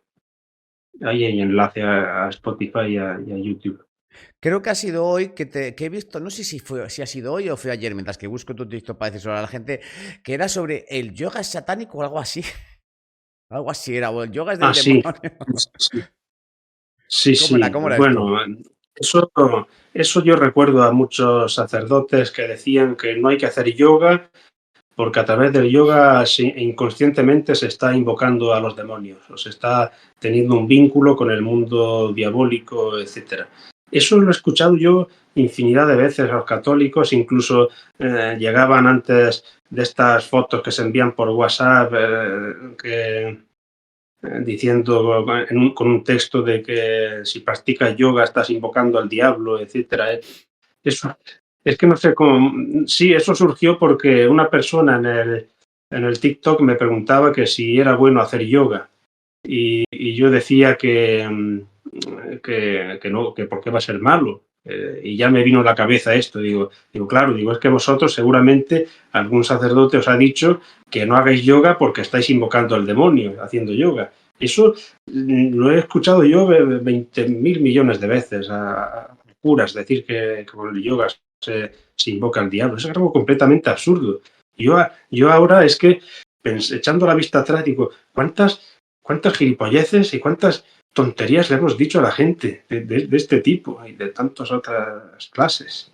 ¿Cuál es la mayor gilipollez que tú recuerdas haber oído? La mayor, la más grande. Pues es que no sé, una tontería mayor que el yoga que con el yoga se invoca al demonio, no se me ocurre otra mayor. No, es que esa es grande, esa es fuerte. Pero es que yo ahora pienso en otras cosas que también las veo muy absurdas. Por ejemplo, ahora se ha inaugurado desde Roma, desde el Papa ha inaugurado un año jubilar, un año de jubileo para recibir una serie de gracias a los que hagan penitencia, etcétera. Pues el Papa simbólicamente abrió una puerta del Vaticano que le llaman la Puerta Santa y la gente me escribía en los live, dice, ¿qué opina usted sobre la puerta santa que ha abierto el Papa en el Vaticano, porque dicen que ha abierto unos portales mágicos esa puerta santa. Yo no sé la gente de dónde ha recibido esa información de que el Papa ha abierto una serie de portales con la apertura de la puerta santa, pero la gente se cree esas cosas. Y luego también se le dice a la gente esto de forma oficial, que hay que pasar obligatoriamente por debajo de esa puerta para recibir una serie de gracias espirituales. Eso es una cosa tan absurda, pero ¿cómo que una puerta santa? Si esa puerta la han construido unas personas hace 500 años y ya está, no tiene más que es una construcción arquitectónica sin más. Pues si pasas por debajo de esa puerta y te confiesas y tal, vas a recibir una serie de gracias extraordinarias en el año jubilar. Eso es una gilipollez soberana y tan grande como la Basílica de San Pedro, que si pasas por debajo de una puerta vas a recibir una serie de gracias. Por favor, si eso no hay quien se lo crea. Pues sí, bueno, hay quien se lo crea, por desgracia. Sí. Bueno, si queréis localizar a Javi en TikTok, lo tengo y aquí lo voy buscando. Es Javi Organ, lo tenéis ahí, no se ve muy bien, pero bueno, que sepáis que es Javi Organ, @ sí. Javi Organ, y ahí le dais a seguir y ya vais a ver que tiene unos TikTok y unos shorts bastante chulos. Se me ha ocurrido una pregunta. Hablabas del yoga, el demonio y demás. ¿El demonio está en la iglesia? Porque visto lo visto, la gente de la iglesia no es muy buena. Bueno, no voy a generalizar, pero parte de ella no se comporta como debería de ser. Se comporta de una forma un poquito más oscura del otro lado. Está el Pues mira, germen, está la semilla ahí metida. hay una cosa que estos días me han ido escribiendo también algunos y me decían algunos, es que tú no tienes fe, es que tú no has tenido nunca vocación y por eso te has salido de la iglesia, es que tú debías haberte mantenido firme hasta el final. Tal. Entonces yo he hecho un vídeo también respondiendo esto y les he dicho a estas personas, digo, entonces, a mí que me han intentado joder la vida una serie de sacerdotes que están sirviendo a la iglesia, yo no tengo fe, ¿verdad? Porque yo me he salido, porque considero que he recibido una serie de ataques, ¿vale? Y que me han hundido y que me han hecho caer enfermo. Y esas personas que son sacerdotes y siguen firmes en su trabajo en la iglesia y que viven para joder la vida de las personas, esas personas sí tienen fe, creen en Dios. Esas personas tienen vocación, han sido llamadas por Dios o han sido llamadas por el demonio. No sé, porque una persona que supuestamente tiene vocación y se dedica a joder a los demás, pues a mí no se me ocurre que Dios haya llamado a esa persona. O es que Dios quiere fastidiar a los demás. Yo sé que en la Iglesia Católica hay pues ese afán de vincularse con el sufrimiento y que el sufrimiento te purifica, etcétera. Pero vamos, yo no creo que Dios nombre a una serie de personas con la misión de fastidiar a los demás para que tengamos que sufrir, ¿no? Las personas, pues si tienen esa vocación, a mí me parece que más bien una vocación que viene del diablo directamente. Totalmente, pero es que total y directamente. Mirando hacia atrás, en toda tu vida, en todo tu destino, como sacerdote, como organista, ¿qué lecciones, porque seguramente haya muchas de ellas, qué lecciones positivas extraes? Pues mira, yo no me arrepiento absolutamente de nada de lo que he hecho anteriormente. Las lecciones positivas son muchísimas. Yo he recibido una formación extraordinaria en la Facultad de Teología de Granada con los jesuitas, una formación académica en filosofía y en teología extraordinaria. Con ellos hice también después un máster en teología sistemática y muy, muy, muy bien, la verdad.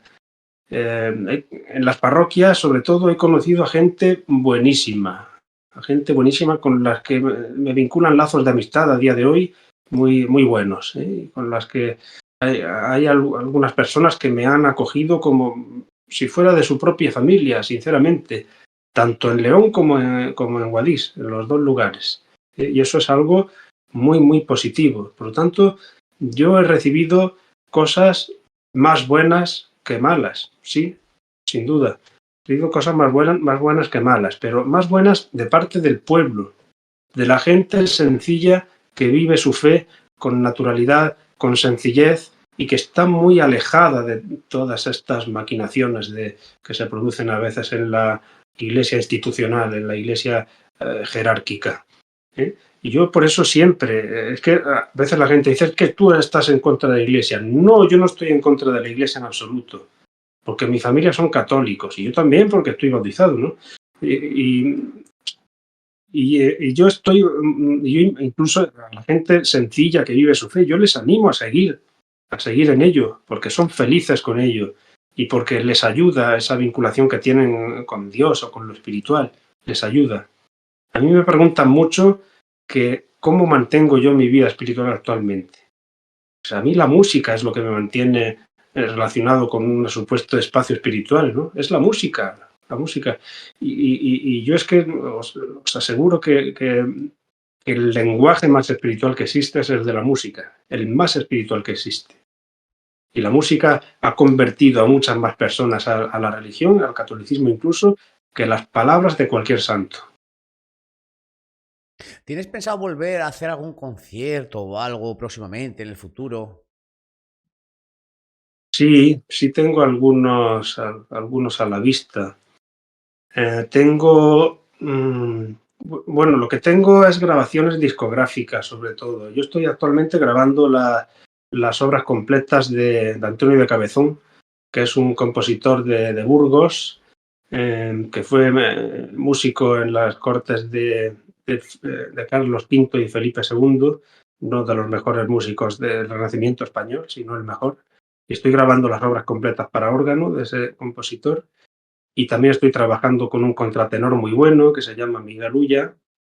Y con él tengo un pequeño concierto didáctico, porque le he pedido a él que venga al instituto donde yo trabajo para tener una pequeña concierto didáctico con los alumnos, etcétera.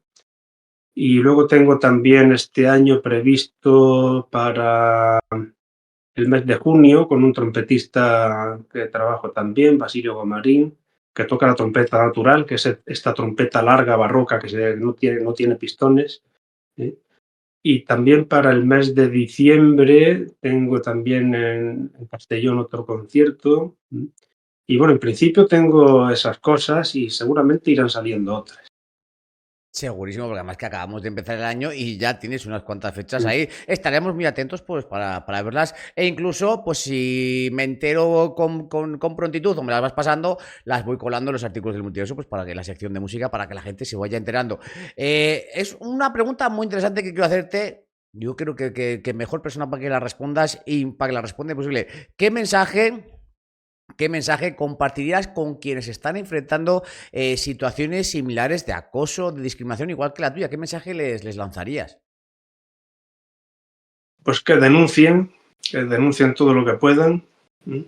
Si pueden denunciarlo pues en el juzgado, que lo hagan. Yo no he podido por lo siguiente, porque los sacerdotes en la Iglesia no tenemos un vínculo laboral, sino que nuestro trabajo es vocacional y no tenemos un vínculo laboral. De hecho, no tenemos derecho a baja médica, no tenemos derecho a prestación por desempleo, no tenemos todos esos derechos, no los tenemos, ¿vale? Por los acuerdos que hay entre la Santa Sede y el Estado, ¿vale?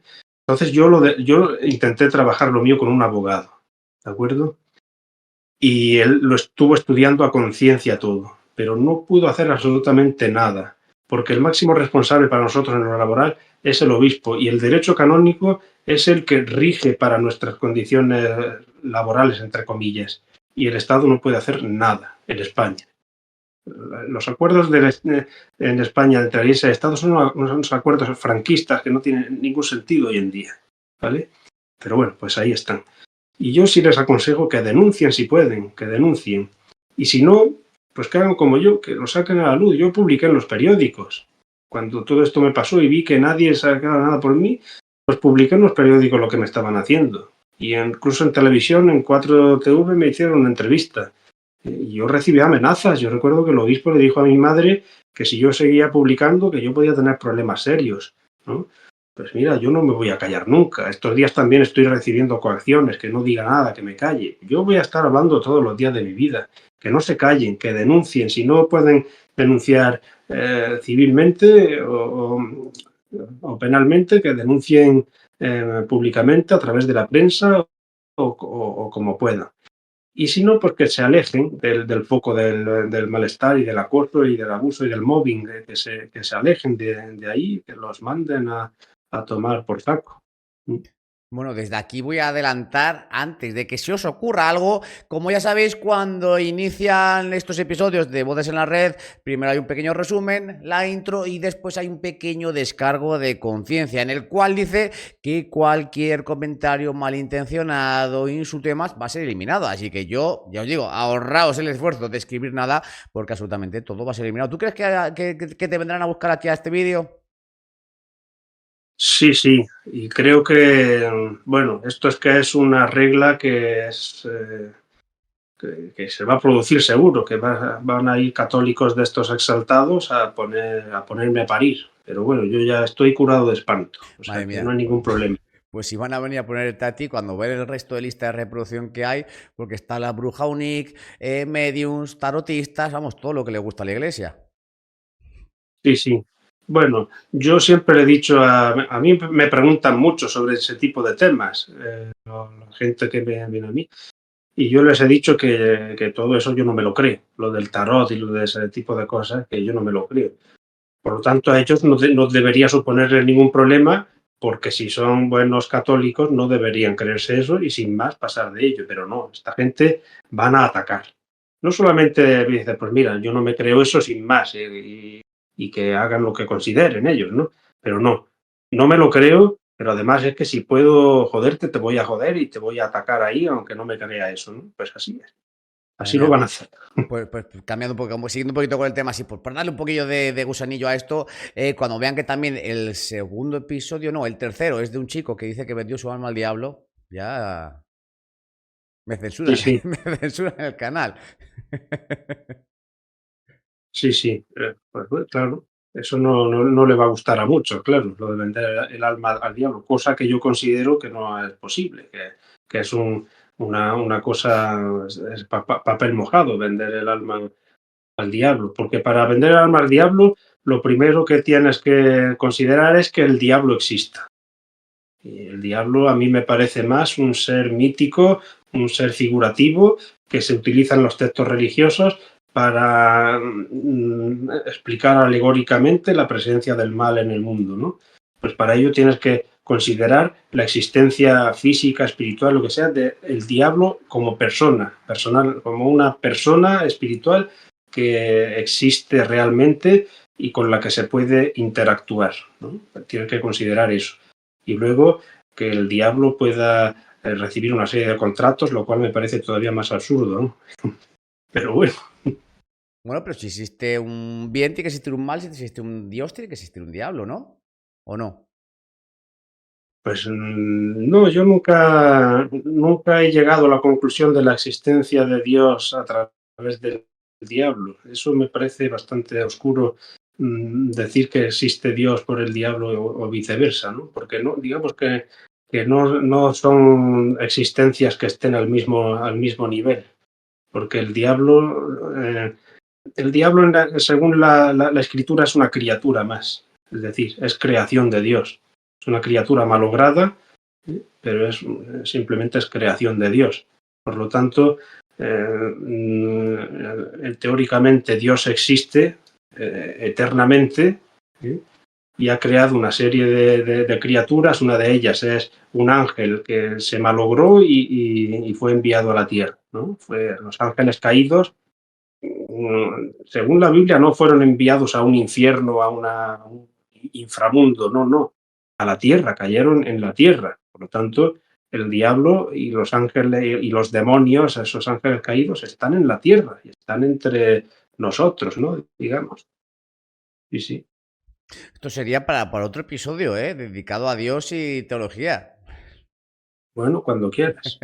Invitadísimo que ya estás. Porque vamos a, ya por hablar un poquito, ¿qué es exactamente Dios? Ya por cambiar un poquito de tema y darle un poquito a esos católicos un poquito de cosas que escuchar. ¿Qué es Dios? Pues eso vas a recibir diferentes respuestas, depende a la religión a la que le estés preguntando. Para la Iglesia Católica, Dios es el creador del mundo, el creador de todo lo que existe, tanto lo visible como lo invisible, es decir, tanto lo natural, toda la naturaleza, los seres vivientes, como lo invisible, es decir, todos los seres espirituales como los ángeles, también los demonios que son ángeles malogrados, ¿no? Y Dios es también, el Espíritu Santo también es Dios, que es esa realidad que va santificando al mundo y a la Iglesia, y el Hijo, que es Jesucristo, también es Dios, es un único Dios, que digamos, en esas tres personalidades distintas, el Hijo, pues que es el que se encarna en la persona de Jesucristo para reconciliar al mundo con Dios, ¿vale? Ese es el Dios del catolicismo, del cristianismo. Bueno, vale, perfecto. Ya te digo que esto sería otro melón que podríamos ir perfectamente para otro episodio, porque es para hablar largo y tendido.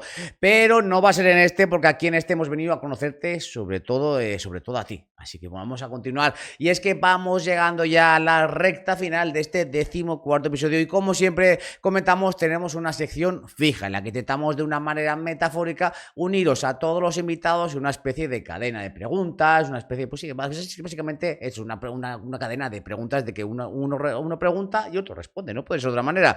Nuestro invitado anterior deja una pregunta para el siguiente y este debe de contestarla y dejar otra para el siguiente y así sucesivamente. En tu caso estuvo por aquí en el anterior episodio David de Esoblogs, podéis verlo en el episodio número 13 y te dejó una pregunta. ¿Quieres oírla? Me imagino que sí. Sí, por supuesto. Pues bueno, queda tu respuesta. Ahora, lógicamente, queda que hagas tú la pregunta para el siguiente, que bueno, después desvelaré quién va a venir la semana que viene. Es el momento más difícil, yo creo, de la entrevista, porque tenéis que hacer una pregunta. Vale, pues la pregunta va a ser... da igual la pregunta que sea, ¿no? Es la pregunta que tú quieras dejar. Puede ser trascendental, tonta, graciosa, lo que tú quieras preguntar al siguiente. Si al final lo va a tener que responder igual. No, claro. ¿Cuál sería la comida que comerías? O sea, si solo pudiera comer una cosa durante toda su vida, ¿cuál sería? Imagino, ¿y por qué? Claro, ¿y por qué sería? Claro. Bueno, pues te voy a decir una cosa. Desde que hemos empezado las grabaciones de Bodes en la Red de este 2025, hicimos un pequeño parón y pues, venían las Navidades, pues teníamos que parar. Y sí que grabamos mucho, paramos y ahora estamos otra vez grabando. Tenemos otra nueva costumbre, que es que respondáis vosotros también las preguntas que lanzáis al siguiente. Ah, mira. Vale. Es un poco una trampa, porque claro, si dices tú, le voy a dejar ahí una icon y te la comes tú también.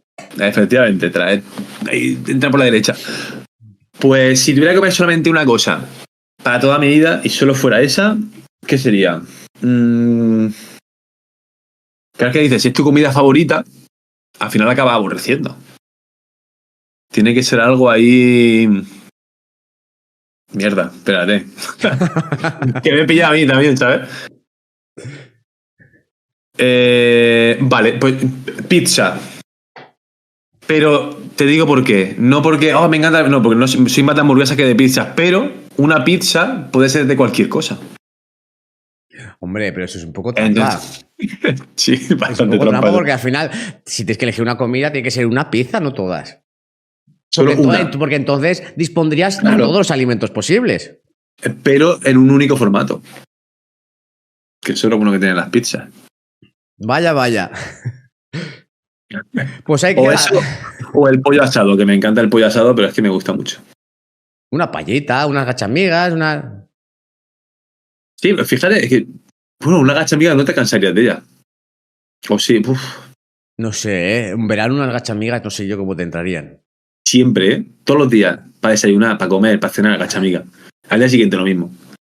Vamos a ver, pues la pregunta que te dejó dice lo siguiente. Ya sabéis que bueno, que aquí las cosas pueden saltar de cualquier forma. De repente alguien muy espiritual le puede preguntar a alguien que no. Esto es una locura y me encanta, la verdad es que me encanta. Dice lo siguiente: si solo pudieras comer una sola cosa durante el resto de tu vida, ¿cuál sería y por qué? Si solo pudiera comer una sola cosa, un alimento solamente en mi vida. Pues seguramente jamón, porque me encanta el jamón y es una cosa que... De hecho, esta Navidad me compré una pata de jamón, de la cual queda ya casi el hueso. Y es que voy cortando con el cuchillo y comiendo. Me encanta, es que me encanta. Yo no podría ser jamás musulmán. Musulmán no podría ser nunca porque si me quitan el jamón yo ya me muero. ¿Y vegetariano vegano tampoco? No, no, no, no, eso es imposible. Pues bueno, ahí queda la respuesta. Ahora es tu turno para dejar una pregunta al siguiente. Como siempre, que no lo he comentado, no te voy a decir quién viene, porque si yo ahora te digo que viene una persona, una conspiracionista, vas a decir, pues le voy a preguntar sobre esto. Si viene un ufólogo, dice, pues le voy a preguntar esto otro. Si viene David de Soblogs, que trata mucho de gastronomía y demás, pues le vas a decir, pues bueno, pues le pregunto esta otra cosa. Así que es tu turno para dejar la pregunta sin saber a quién se la dejas. Es un poquito el juego para dejaros un poquito ese libre albedrío de hacerla sin que yo trastoque nada de lo que podéis decir. Después ya te lo diré. Ajá. O sea, sin saber absolutamente nada, tengo que hacerle una pregunta. Sin saber nada, claro, porque es lo que te decía. Si yo ahora te digo, va a venir el actor de Gladiator, y dices tú, vale, pues a Russell Crowe le voy a preguntar esto, esto y esto. Creo que era Russell Crowe. Va a venir una persona que es especialista en psicología. Y dice, pues bueno, pues le voy a preguntar algo de psicología. Pero si yo no te digo quién viene, la respuesta y la pregunta puede ser muy aleatoria y muy loca. La verdad, cosas como son. Entonces, por eso nos lo digo. En tu caso, si por ejemplo a David de Soblogs le hubiera dicho va a venir Javi, que es organista, que se ha ido de la iglesia y demás, y dice, pues le hago una pregunta sobre esto. Pero al no saberlo, te ha tocado la pregunta de ¿qué te gustaría comer? Vale, pues yo le podría preguntar si de repente, por el tema que sea, pierdes tu trabajo, ¿a qué te dedicarías a partir de ahora? Pues ahí queda la pregunta. Ahora sí que puedo desvelar quién estará aquí la semana que viene. Y es que la semana que viene vamos a tener a uno de los youtubers más míticos, más clásicos, el señor de los lebreles, el maestro de la Redstone. La semana que viene tenemos aquí a Tonacho, que bueno, nos va a contar muchas cosas que además creo recordar que ya dejó de ser youtuber, ahora es monologuista y tiene otro trabajo, así que ha cambiado de trabajo, así que nos va a poder responder muy bien a tu pregunta. Se la haremos mañana, que además tengo mañana la grabación con él y vosotros lo veréis la semana que viene. Antes de despedirnos, vamos a ir ya casi despidiéndonos. ¿Hay algo que te hayas quedado con ganas de decir? Que digas tú, Adri, es que necesito soltar esto que se me ha olvidado decirlo. Un mensaje, un saludo, ¿hay algo dentro de ti que todavía quieras decir? No, yo creo que todo lo que me has preguntado y he ido diciendo creo que puede ser muy interesante para muchas personas y puede que no sea interesante Pero yo sobre todo con esto que nadie crea que yo intento fastidiar a alguien la vida o que intento coaccionar a las personas para que dejen de ser católicos. No, no, no, todo lo contrario, porque es que de hecho estaría entonces coaccionando a propios familiares míos para que dejasen de practicar el camino. No es mi intención en absoluto. Yo quiero que todo el mundo sea feliz, ¿eh? Que yo quiero que si una persona es católica y vive su fe con una felicidad y eso le ayuda mucho, que adelante, adelante. La experiencia que yo he tenido es válida solo para mí, es una experiencia válida para mí. Obviamente, si alguien necesita ayuda porque se ve reflejado en algo que a mí me ha pasado, pues yo intentaré ayudarle en lo que pueda, ¿vale? Pero la experiencia que yo he tenido es válida solo para mí, no es para los demás, ¿vale? Simplemente eso. Pero bueno, sí que es válida solo para ti, porque al final es tuya, es tu experiencia, pero sí que tienes ese mensaje de sacrificio, lucha y de tirar para adelante. Eso sí que es verdad que eso lo puede aprovechar cualquier persona que te escuche hablar.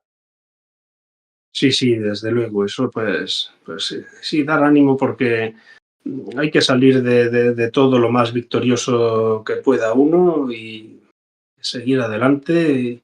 Si no puedes trabajar en esto, vas a trabajar en otra cosa, seguro. Yo siempre lo he dicho, digo que a mí no se me caen los anillos de los dedos y tengo que ponerme a picar piedra en una cantera, vamos, que eso es en lo que sea.